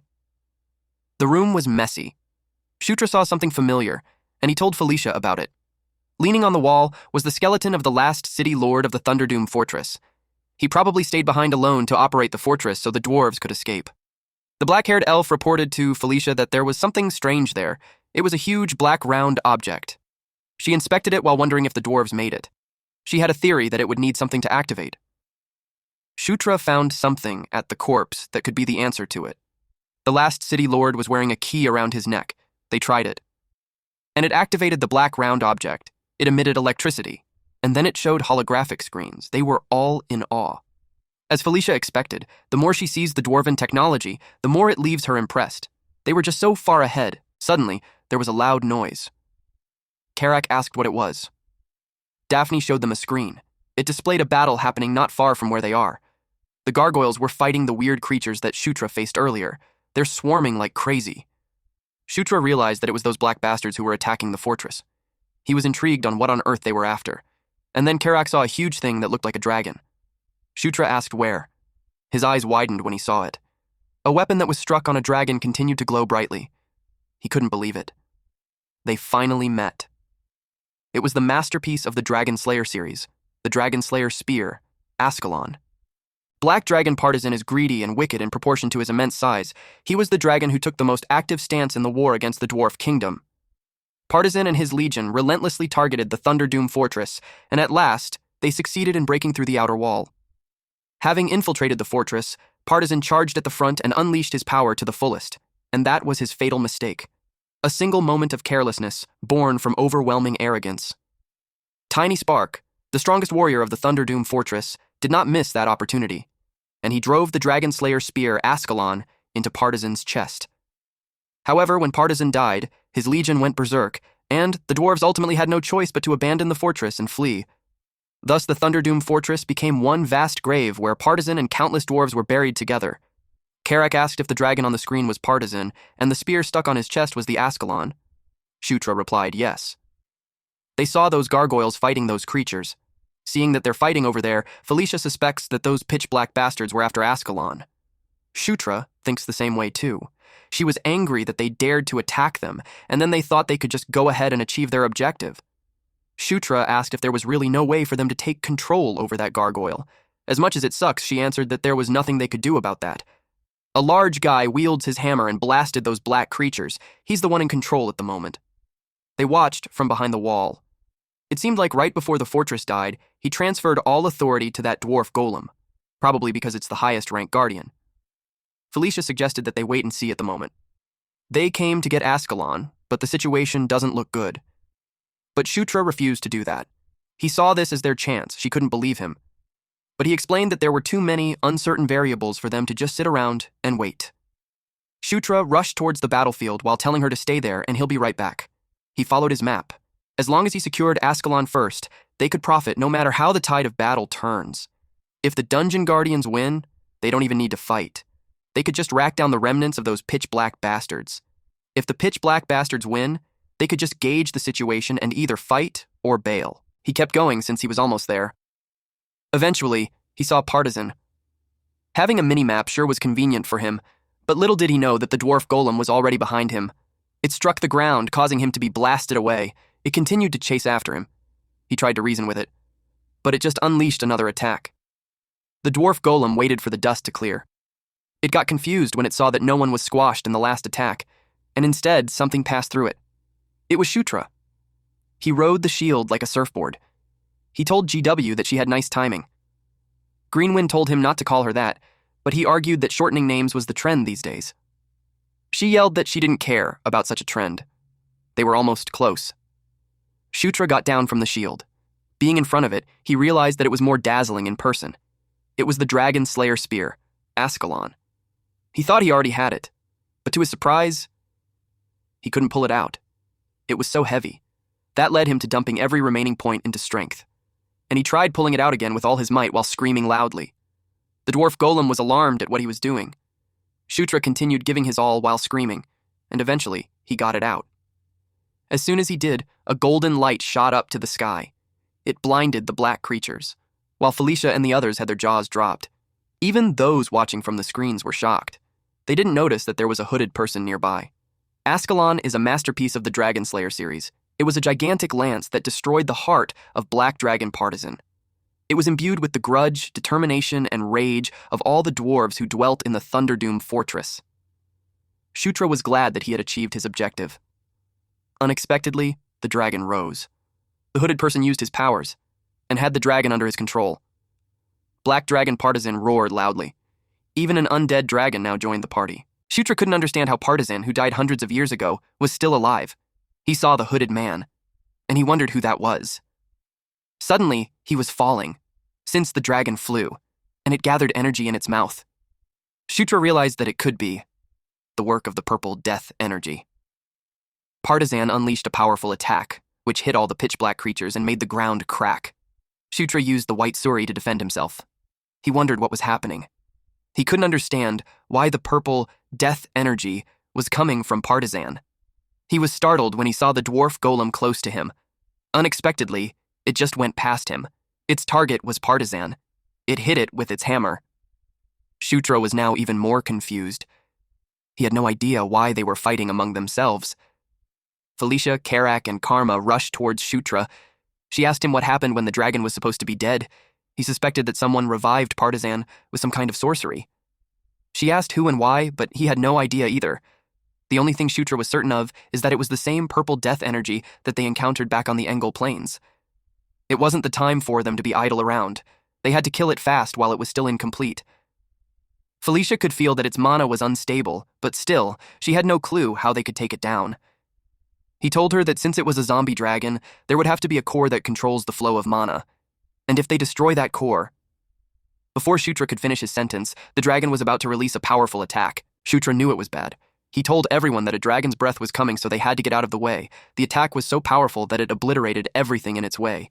It even shot out of the fortress, leaving a hole through several layers of wall. It had also destroyed the ground on its path. Seeing that kind of damage, Karak, Karam, Felicia, and Shutra were glad to have evaded it. Karak was left stunned, especially when he was under the impression that it was incomplete based on what Shutra said. Shutra apologized and admitted that he didn't think it would be that strong either. He knew they're in a bad situation, since the longer they drag this out, the stronger it would get. He tried his best to think on how they were supposed to defeat that. When suddenly, Ascalon glowed brightly. A swirl of golden text wrapped around it and around the dragon until its blade became Shutra's hand. With that, Shutra's right hand became like a drill. They were surprised when the shape of Ascalon changed. Shutra asked Felicia if she could draw Partisan's attention for a second, since he had a feeling he could put an end to it. The dragon was alerted. When it got hit with several fireballs simultaneously, Felicia called more flames to continue to rain fireballs on it. It made the dragon roar angrily, while Shutra sneaked behind it. He could feel Ascalon's will, so he believes that if he could just get one shot, he'd be able to finish it. But he didn't expect that the dragon would use its tail to hit him, and that sent him to the opposite side of the room.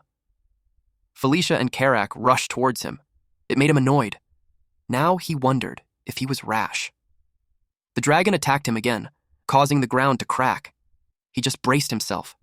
When he didn't feel anything, he opened his eyes. There he saw the dwarf golem blocking the dragon's claws. The dwarf golem gripped its hammer tightly and shoved the dragon away. It followed up with another swing, and unleashed lightning attacks towards the dragon. Partisan roared angrily. It counterattacked using its dragon's breath while the dwarf golem continued to attack it using the hammer. Greenwind asked Shutra if he's all right. Felicia reached his side too. She healed him while scolding him. He told her that he could put an end to it, but he ended up getting hurt. He admits that he had no excuse for that. She suggested that they pull back since the dragon wasn't something they could handle. But despite his state, Shutra believed that they could still make it.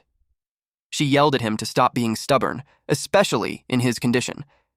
He acknowledged that he rushed earlier. He told her that the more urgent it was, the more that they couldn't go back. He requested her assistance again. He promised that he won't make any mistakes this time.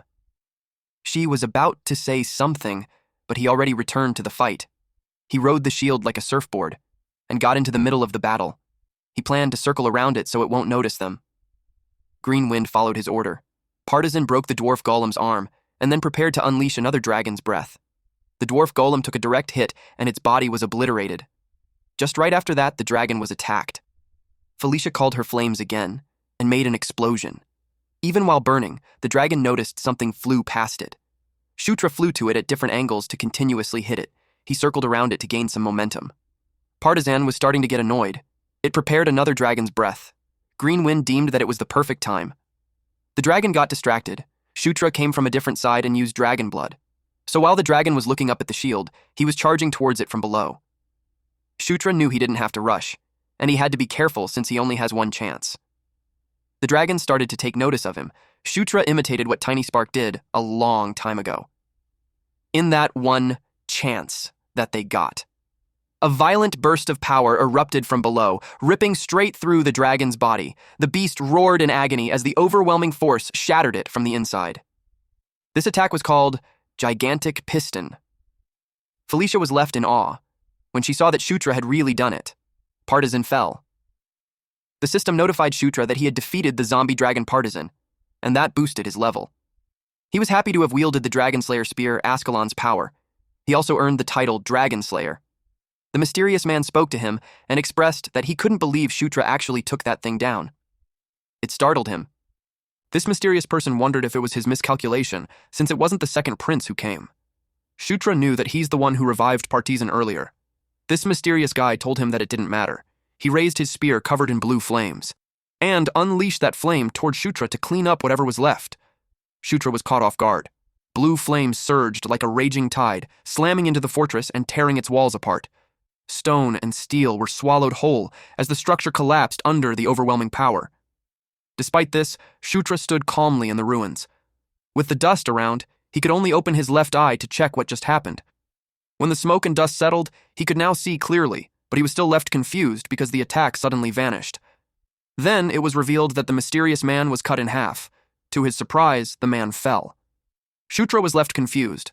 Out of the blue, someone showed up and said that he came at the right time. Shutra's eyes widened when he saw him. He recognized that it was the Sword Lord. This man smiled at him and greeted him, the ninth prince, the final bulwark that protected the sanctuary of Asura, the master of the demon king Mitra. Sword Lord Ishigard was a being in Night Saga comparable to an elder dragon. He was a powerful and extraordinary figure, but he existed only in the background story, so there was no chance to encounter him in the actual story. He's a being that existed merely as a background, even when Zephyr Ragnaros became the demon king. And even when Locke invaded the demon realm, he never revealed himself. Basically, he's a powerhouse of a Night Saga that's shrouded in mystery. He's a monster whom even the demon king had to seek teachings from. Sword Lord Ishigard commented that the sixth princess had grown a lot. He suddenly lifted her up in the air and told her that when he had seen her before, she was just a tiny little brat. Embarrassed, she screamed at him to put her down. He was amused with her reaction and teased her even more, saying that she's throwing a tantrum, making her a child after all. Shutra couldn't believe that this Sword Lord Ishigard was standing in front of him. Meanwhile, Felicia was left annoyed and embarrassed. Then he asked the ninth prince if he liked his gift. Shutra realized that he was talking about the dragon hide. He replied yes and thanked him. Because of it, he was able to make some good equipment. He didn't realize that some monsters were behind him while he was talking. A bright light caught our boy's attention. Then, he was surprised when it suddenly emits a surge of power. Several explosions followed. Karak asked why they were exploding. Shutra also doesn't have any idea. He suggested getting away first. The guy earlier glowed, and he exploded. Only ruins were left. Luckily, Ishigard created a barrier. He asked if everyone was all right. Shutra replied yes, thanks to him. Felicia couldn't understand the explosion out of nowhere. It made her wonder what their objective truly was. Shutra remembered the guy mentioned the second prince, and he finds it strange. Ascalon wasn't the objective since the guy didn't even seem interested in it, so it made him wonder what they were after. Then it clicked. Our MC's expression became serious. He revealed to Felicia that their target could be the second prince. that shocked and confused her. She asked why he suddenly said that. He shared that the guy holding the spear said that they watched because the second prince didn't come. Plus, those guys showed up now of all times, when it has been half a month since General Kashabal failed his mission. So, Shutra could say that it's like they were waiting for someone. Her expression turned grim when she realized it. They killed General Kashabal from the start to lure out the second prince. Felicia supplemented that it was Zephyr who was always assigned to missions like those, so those guys probably thought that it would be the same. It made her curious why and who targeted Zephyr.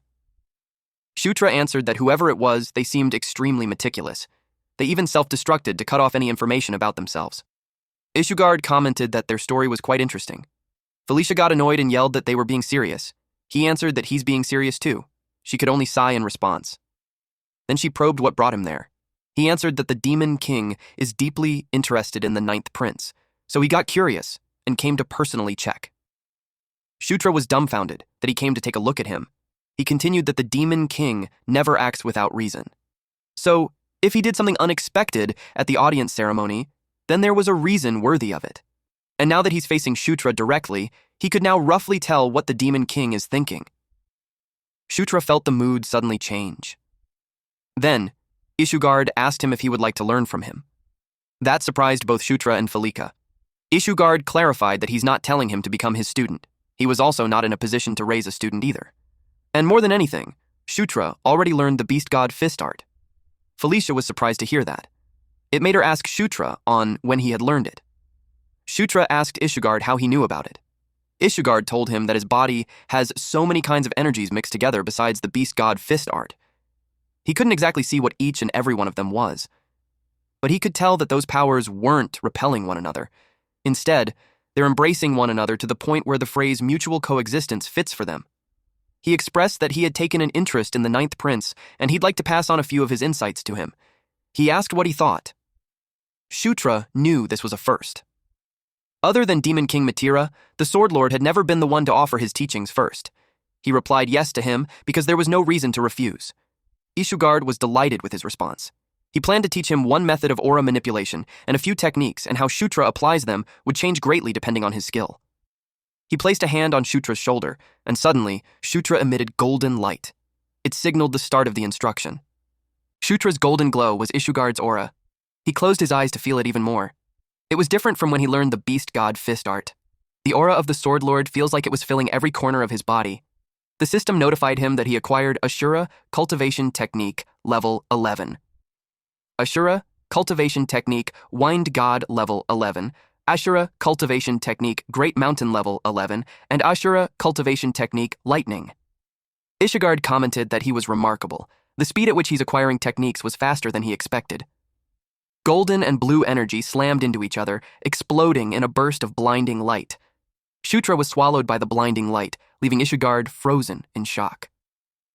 Felicia and the others were shocked and worried about Shutra. Ishugard couldn't believe his eyes. He didn't think something like that would be possible. Blue and gold energy slowly merged together, forming a single shining core. Then, some notifications came out. First, Asura Cultivation Technique and Beast God Fist Art were working in harmony. Second, the level of the protagonist's physique has increased. Plus, the level of immunity to 100 poisons level 1 has increased. When immunity to 100 poisons level reaches level 3, it could evolve into immunity to 1,000 poisons. He acquired Harmony level 1, and the S-rank Martial Beast God Fist Art evolved. A pillar of golden light shot up towards the sky, striking the fortress and shaking the land around it. Shutra emerged from the light, floating calmly as the combined energy flowed around him. His eyes were closed, his body steady as if the power had fully accepted him. When Shutra opened his eyes, he had already acquired the SS rank martial art, Asura Divine Fist. When the light was gone, he fell on his butt. Karak and Felicia rushed to his side and asked the Sword Lord what happened to Shutra.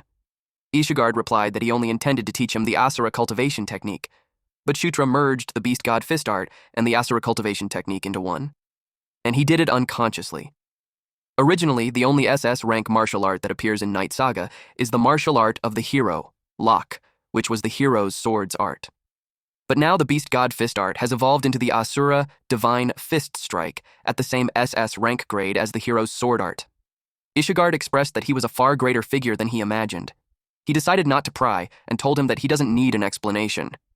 What interested him was Shutra himself. He asked if he had named the technique. Shutra replied yes and revealed its name, Asura Divine Fist Strike. He replied that it was a simple name, but a good one. But for what happened, he suggested keeping it secret whenever possible. Because Shutra had already drawn plenty of attention, there was no need to increase the gaze and wariness of the royal court. Shutra replied that it would be for the best, too. Now that they were mostly finished with what he came to do, all that was left was to pack those up and then rest.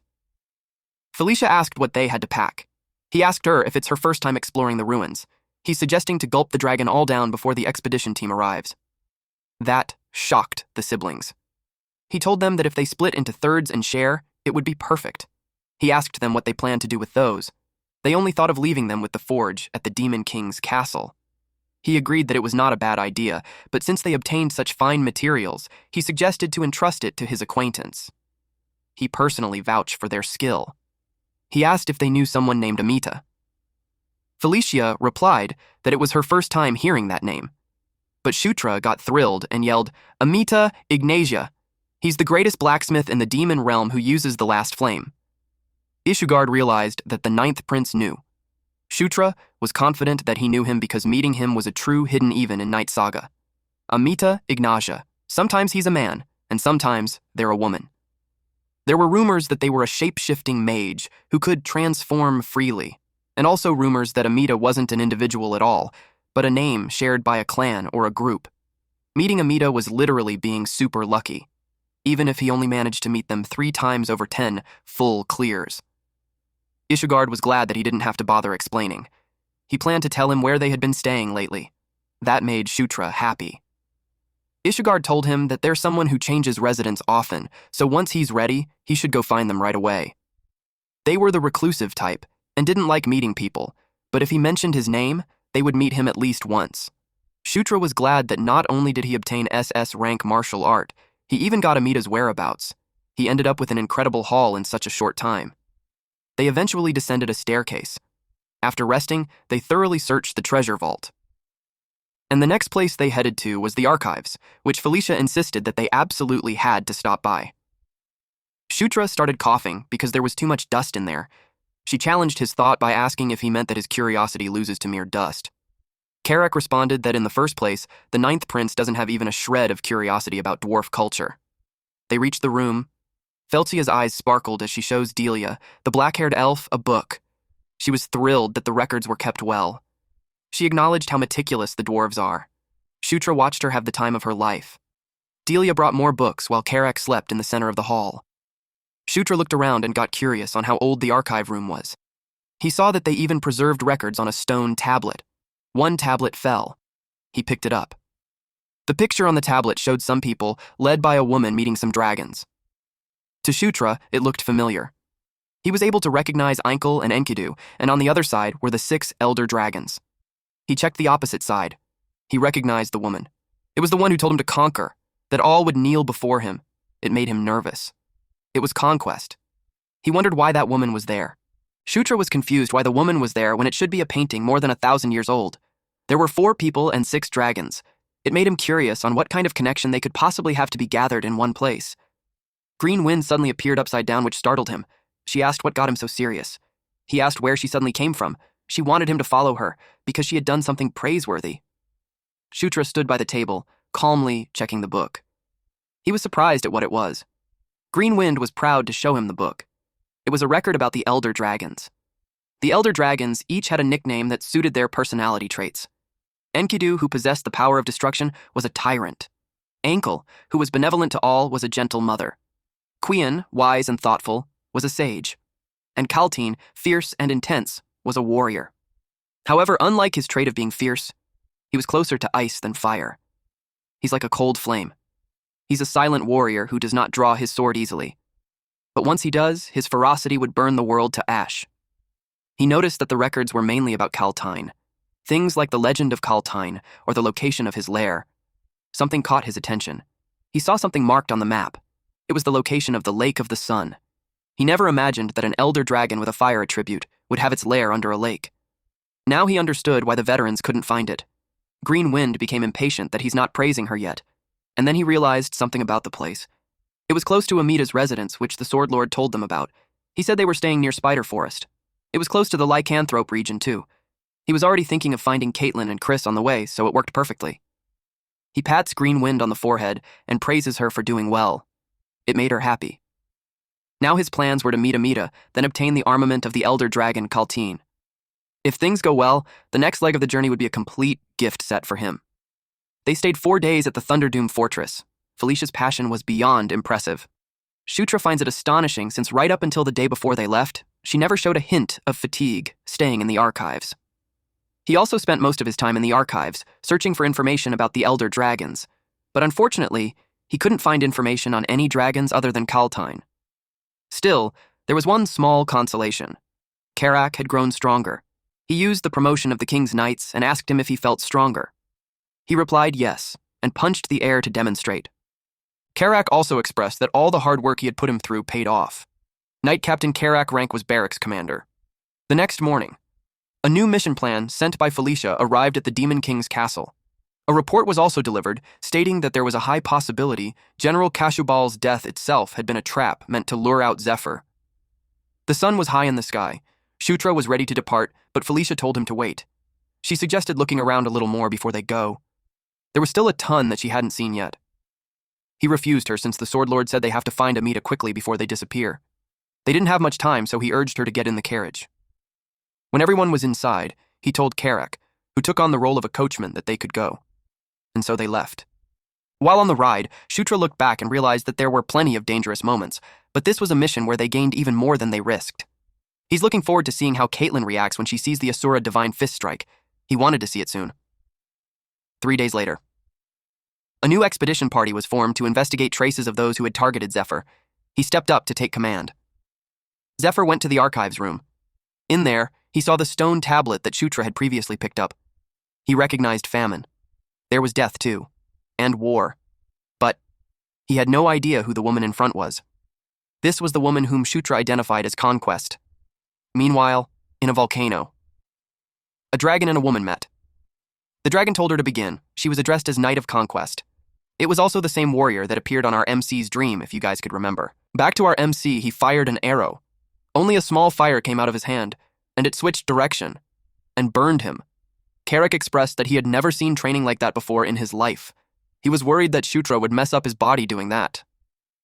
Felicia answered that surprisingly, he's completely fine. Shutra healed the burn on his body. His fire arrow level, heal, and proficiency in mana control all had increased. Shutra was panting, but he looked excited. He tried it one more time.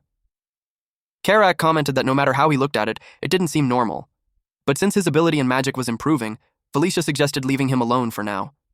They trained at night and traveled during the day. Their destination was the Spider Forest where Amita Ignatia was.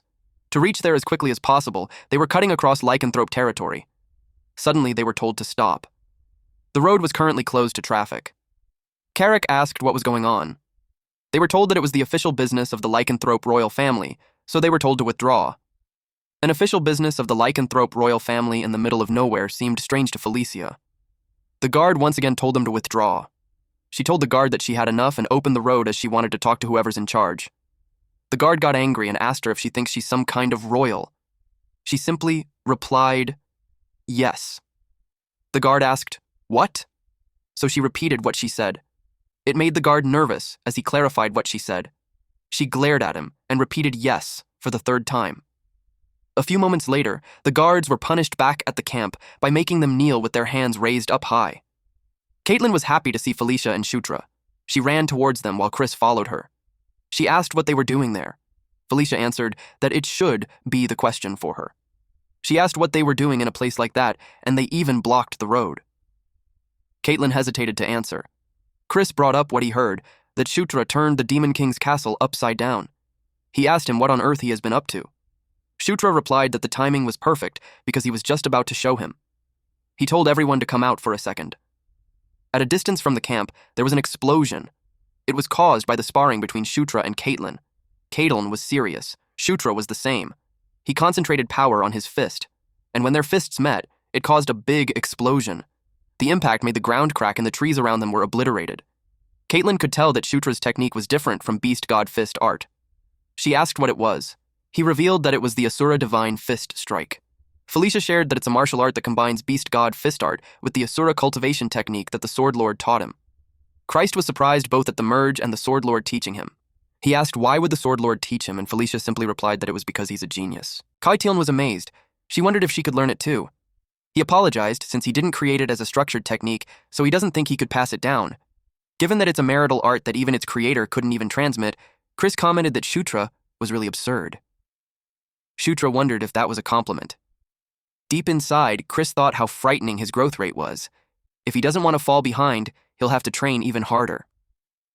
Now that they had seen how much Shutra had grown, it was time to talk about themselves. They went inside the tent and sat down. Chris had a disclaimer that what he's about to say from there on must be kept under wraps. Felicia wondered what it could be for him to get so serious. He revealed that a prisoner who was locked up on the lowest floor of the Grey Tower escaped. Shutra knew that the Grey Tower was the prison where they keep only the most vicious among the lycanthropes' criminals. And, if it's someone imprisoned on the lowest floor, he already had an idea on who it was. Chris revealed the name of the prisoner, Gerard Moonlight. He's their maternal uncle. Felicia was surprised to learn that those two had a maternal uncle. He explained that Gerard was imprisoned in the Grey Tower 20 years ago, so it's natural that she doesn't know. They say he was originally a mighty warrior of the lycanthrope royal family. If he hadn't gone insane, the throne would have gone to him instead of their mother. He pursued strength without end. Unsatisfied with beast god fist art alone, he even turned to all kinds of heretical methods. In the end, he went completely insane. And Gerard's insanity was a disaster itself. Hundreds of lycanthropes were sacrificed just to subdue him. Still, it was fortunate that everything ended within the palace, so they were able to bury the incident internally. Felicia clarified if what is saying is that a dangerous person was wandering around. Caitlin shared that according to the report, Gerard seemed to have headed east. Chris assured them that he already lost half of his aura in the last battle, so there was no need to worry that much. East was in the opposite direction from there. Shutra asked how he escaped. Chris answered that they were still investigating, but it looked like he had help from the outside. There was a sub even from Night Saga when the player played Zephyr Ragnaros. It was to free Gerard from the prison to weaken the lycanthropes. It made Shutra wonder if that had been triggered. At nighttime, a man was being choked. A rugged man advised him to speak if he wished to live. This man had already killed the others. He wanted to know where the moonlight herb was. As Shutra was confused, he didn't know where he was. Conquest appeared before him. He asked her what was going on. She pointed toward a black hole behind him. When he looked closer, he saw someone inside it. He immediately recognized the figure. It was Famine. Suddenly Shutra jolted awake, gasping for breath. He couldn't shake the image of that black aura. The hostility he felt from it lingered, leaving him deeply unsettled. Worse, he couldn't understand why the name Famine kept resurfacing in his mind. Before he could think further, Karak burst into his tent with urgency written all over his face and announced that he had bad news. Shutra demanded to know what it was, and Karak frantically reported that an enemy had broken into the camp. He described a man with a long scar across his left cheek, radiating strange black energy, slaughtering soldiers with his bare hands, no weapon in sight. Shutra already knew who it was from that description alone. It was Gerard Moonlight. Chris and Caitlin had already seen the devastation left behind in the camp. Shutra and Karak rushed over to join them. Shutra was confused. Gerard was supposed to have fled east, yet here he was. He couldn't understand why Gerard had come back. He demanded the truth. He pressed them for the real reason they had come here. Caitlin finally revealed it was because of the moonlight herb. Chris was surprised that she spoke up so openly. She explained everything. Their true objective had always been the moonlight herb. They had only learned about Gerard's prison break afterward. The herb was a rare medicinal treasure that bloomed once every 100 years, one of the lycanthrope's most prized relics. It was a consumable item with an absurd effect, powerful enough to pull someone back from the brink of death. In Night Saga, it was an item obtained by defeating either Chris or Caitlin. Now it made sense why Gerard was here. He was after the moonlight herb to restore the aura he had lost, nearly half of it. Suddenly, a golden light illuminated the sky. It was Felicia's magic. The opposite side of the camp had already turned into a battlefield. Felicia raised her staff and unleashed a towering wall of fire. She was clearly exhausted. Even so, Gerard forced his way through the flames. Felicia's heart sank. She thought this was the end.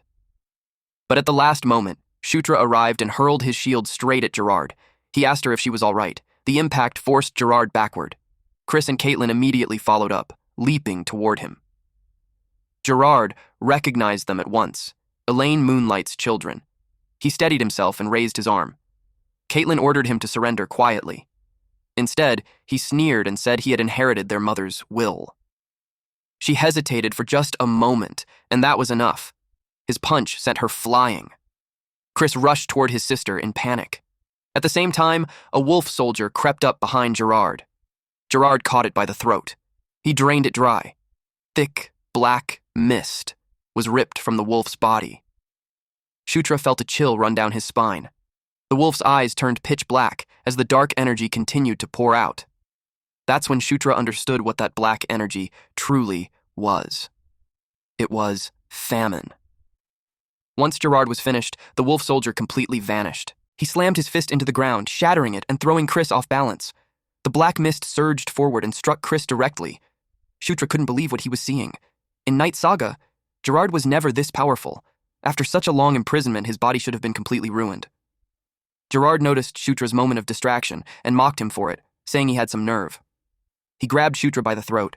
Shutra struggled desperately, using every ounce of strength to break free. Gerard smothered him in black mist and whispered for him to dry up. There was sudden movement. It was Chris. He struck Gerard from behind, forcing him to release Shutra. Shutra screamed as pain tore through his body. Gerard turned, ready to counterattack. Chris stopped him, reminding him that he was his opponent. Chris lunged forward, his body engulfed in raging blue energy. He slammed into Gerard with crushing force, driving him into the ground as the impact shook the area. Gerard blocked the barrage and mocked him, saying he didn't even greet his uncle first. Chris roared at him to shut up. To him, Gerard Moonlight of the lycanthrope royal family had died 20 years ago. What stood before him now was nothing more than an escaped convict. Shutra summoned a golden dagger. He activated under the king's banner on Chris, catching him completely off guard. Chris felt a surge of exhilaration. Power flooded his body, and he wondered if this overwhelming strength truly came from Shutra's magic. Energy overflowed through him. Gerard immediately noticed the change in Chris's movements. At the same time, Caitlin, also empowered by Under the King's banner, slipped behind him and landed a solid punch. Gerard groaned as the blow connected. Chris followed up instantly with another strike. Felicia and Shutra watched from a distance. The battle moved so fast that only streaks of light remained. Felicia admitted she couldn't see anything and asked Shutra what was happening. He calmly replied that Chris and Caitlin were winning. They attacked in perfect sync, forcing Gerard to block with his forearms. For the first time, he acknowledged it. They truly were Elaine's children. With that realization, he decided there was no reason to hold back anymore. He released his wolf form. With massive wolf-like hands, he grabbed Caitlin by the head. He dodged Chris's incoming punch while dragging her along. Then he slammed her into the ground. Chris's face drained of color. Caitlin was badly injured. Rage boiled over, and he swore to kill Gerard. Gerard answered by slapping him aside. The blow sent Chris crashing through several trees before he finally hit the ground. The moment he landed, Gerard leapt after him. The white suri flared with brilliant light. Shutra blocked the attack with it. Then he called out to Karak, summoning the king's knights. Jared instantly turned and intercepted Karak's axe. Shutra focused power into his fist. He pulled it back, golden energy compressing tightly as he prepared to strike. Then he unleashed his technique, gigantic piston. Jared endured the hit. He retaliated with Beast God Fist secret art, Wild Wolf Fist strike. The collision sent Shutra flying. The sheer force made it hard for Karak to stay on his feet, panic setting in as he looked toward the prince. Eventually, Gerard's aura settled. He looked pleased. He hadn't expected Shutra to stand again after taking a Wild Wolf Fist strike. Suddenly, Shutra coughed up blood. Gerard stepped toward him, killing intent clear in his eyes. But Shutra stopped him. This time it was his turn. He unleashed the same technique, Beast God Fist secret art. Gerard froze in shock. The attack struck him head on. Shutra saw the notification appear. He had learned Beast God Fist secret art, Wild Wolf skill. It was finally time for Gerard to taste his own power. Gerard groaned in pain. He couldn't understand how that bastard knew the wolf fist strike. Shutra drew his fist back once more. He struck again, this time with Fist of Explosion. The searing heat made Gerard growl. He retaliated immediately. Shutra was sent flying backward. He clicked his tongue in frustration. He had been aiming to blow Gerard's head off. Gerard released a surge of black mist. The mist locked onto Shutra. Shutra summoned the white Suri just before the black mist detonated. His only reaction was, "What the hell?" When the smoke cleared, Gerard was gone. Shutra wondered if he had escaped. The system notified him that his level had increased. He let out a breath of relief. At least the immediate threat was over. He asked Felicia how Caitlin was doing. Felicia's expression darkened as she told him the situation was bad. The injuries were far too severe. At this rate, she didn't think magic alone would be enough to save her. Suddenly, Shutra groaned and clutched his chest. Felicia rushed to his side, alarmed. Despite the pain tearing through him, his thoughts stayed on Caitlin.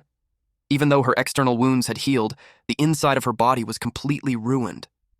He suspected she had pushed herself too far, drawing out aura. Seeing his condition worsen, Felicia asked what was wrong. He brushed it off, telling her he would recover with some rest, and urged her to focus on Caitlin instead. Chris appeared, holding a box, and told Felicia to use it on both Shutra and Caitlin. She asked what it was. When she opened the box, she froze. Inside was a single flower. It was the moonlight herb. Felicia laid them side by side, placing the box between them. She began her work while Chris and Karak stood guard. She carefully took the moonlight herb from the box and split it in half. She placed one portion above each of them. The fragments dissolved and entered their mouths. Caitlin's body began to glow brilliantly. Felicia frowned in confusion. That confusion instantly turned to panic when Shutra's body started to levitate. Chris had never witnessed anything like this, but he remembered the legend surrounding the moonlight herb. Long ago, the one known as the Primordial Wolf King gathered the scattered lycanthrope clans and united them into a single nation. One day, a ferocious red dragon named Castion invaded their territory.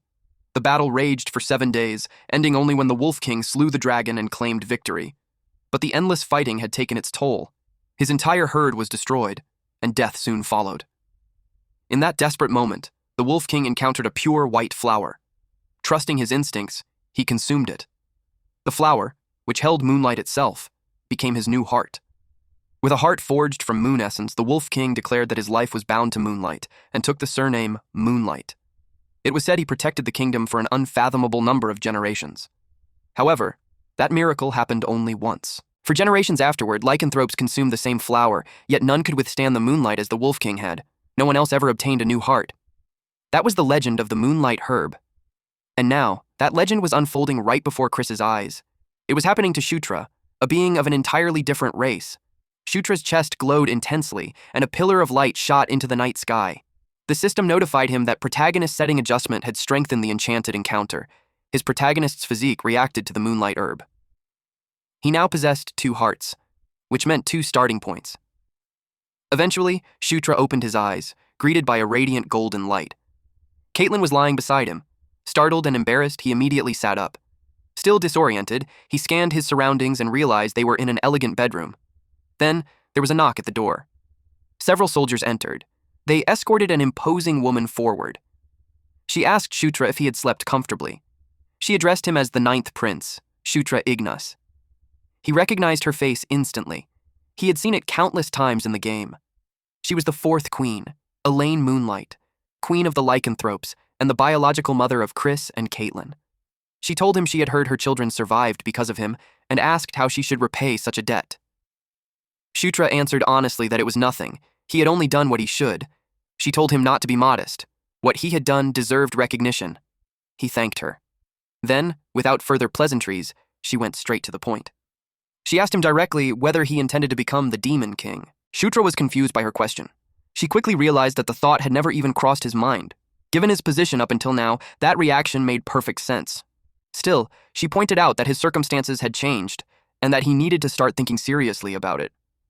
She advised him to consider every action carefully from now on, and to think about which choices would benefit him the most. Shutra learned that he had been unconscious for 4 full days. Greenwind was the one who told him. She added, almost casually, that she had stayed by his side the entire time. Now that he understood, he urged her to continue explaining the situation. They were currently staying in a villa reserved for the lycanthrope royal family. The reason he and Caitlin had been placed in the same bed was to maximize the healing effect for both of them. Shutra asked what she meant by that. Greenwind asked if he truly didn't remember using the moonlight herb. Shutra was stunned to learn that he had consumed it. He immediately confirmed it through his status window. He could also feel something new, an unfamiliar power layered over his existing aura. It felt as if a second heart of aura had formed. Greenwind explained that Chris had told her the closer the two of them were, the more his life force would activate. If he tried holding Caitlyn's hand, he would understand. So he did. Power surged through his body in an instant. The sensation overwhelmed him. Greenwind told him that thanks to the moonlight herb, the two of them were now connected, just like he was with her. Later, in the hallway, Shutra learned that no one knew whether Gerard was alive or dead. Chris explained that there had been casualties during the pursuit. They had found Gerard's lower body, as well as part of his upper body. Even so, he intended to keep searching until he was absolutely certain Gerard was dead. Shutra agreed. It was the safest course. Then Chris brought up what he had heard, that his mother had made Shutra an offer. Shutra immediately understood he meant the question about becoming the Demon King. Chris admitted that while he himself was strong, he wasn't overwhelmingly so. At best, he was only around Sylvan's level. Even after nearly 10 years, he still couldn't close the gap with the first prince, Baikal. As for the second prince, who could only be described as a monster, the difference was so vast there was no point in comparing them. But he believed Shutra could catch up to both of them, and even surpass them to become the Demon King. Shutra was taken completely off guard. Chris continued, explaining that unlike him, Shutra could earn the support of other races. On top of that, he had the backing of the Sword Lord. And if his public achievements continued to stack up, even the Gandharvas, who were currently imprisoned, might be granted amnesty. That was when Shutra finally realized why he hadn't seen a single Gandharva until now. He couldn't help but wonder what they had done to deserve such confinement. Chris clarified that he wasn't telling him to make a decision immediately. He only wanted Shutra to think about it because the huge difference between giving it some consideration and not thinking about it at all. Shutra stared out the window, silently contemplating the path of becoming the Demon King. Meanwhile, a carriage moved through the night. Ludwig Moonlight, captain of the Bloodwolf squad, asked Her Majesty Elaine whether she truly believed the ninth prince had the potential to become the Demon King. She replied that the Demon King always acted with purpose. There was never a reasonless action. She was certain he wasn't the type to do something as spontaneous as intervening twice, especially at an audience ceremony, without a deeper motive. She suspected he had seen something in the ninth prince that everyone else had overlooked. After all, they were father and son. Ludwig admitted that he didn't quite understand what made the situation so drastic. Elaine simply called him naive. She explained that to the Demon King, even if his own son killed him and inherited the throne, he would rejoice, because it would mean a Demon King stronger than himself had been born. That was the kind of man he was. Of course, it was a dangerous gamble. But it was also true that a future where the ninth prince became the Demon King was the best possible outcome for them. Ludwig finally understood. In the demon world, strength ruled above all else. Everything flowed according to the will of the strongest. Elaine admitted that it unsettled her, and yet, at the same time, she found herself liking it. That night, wolf soldiers continued their search. In Gerard's condition, he couldn't have gone far. One of the wolves noticed something. They found him. A voice spoke to Gerard, telling him that he must have had enough time to sort out his thoughts. A shadowy figure asked whether he would accept. Gerard placed his hand on the ground. Black mist erupted outward, washing over the approaching wolf soldiers as he ordered them to dry up. And just like that, he had defeated all of them. Since he's in a desperate position, in the end, he agreed to accept it. The mysterious figure smiled, revealing sharp teeth. It declared that it was time to begin again, to reach an ending different from the one before. A few days later, Caitlin finally woke up. Because of Gerard, Chris returned to the main palace. The very next day, they set out for the spider forest to find Amida. A man named Robin guided them. He told them that once they reached the twin bridges ahead, they would need to dismount and proceed on foot. Robin was a boar lycanthrope introduced by Chris before their departure. Shutra asked him what the spider forest was like, whether he had been there before. Robin replied that he had visited once about half a year ago, and that it had been quiet, just as expected. According to him, it was a peaceful place, so peaceful that there weren't even wild beasts or monsters. To Shutra, that sense of peace felt wrong. It was the first time he had experienced calm in a long while. When they finally reached the forest, they were met with bones scattered everywhere. Robin asked what could have happened. Shutra wasn't surprised. He already knew this place wouldn't be peaceful. He just wondered what kind of trouble awaited them this time. The group stood spread out in a forest clearing, all facing the same direction with their guards up. Broken branches and scattered bones covered the ground. Green Wind could sense the presence of the forest's guardian spirit, but its power had become extremely weak. Because of that, the spirits were afraid the guardian spirit of the spider forest might soon disappear. Shutra asked Robin if the spider forest had a guardian spirit. Robin replied that old stories spoke of one, a legend about a gigantic spider living at the heart of the forest. Shutra fell into thought. Then he instructed Karam to inform the lycanthropes about what was happening. She immediately hurried off. Green Wind sensed powerful magic at the center of the forest, and that magic had been destroyed. She knew something terrible was about to happen to the forest. Night fell, and they set up camp. Shutra relayed what Green Wind had told him. The guardian spirit's energy was weakening.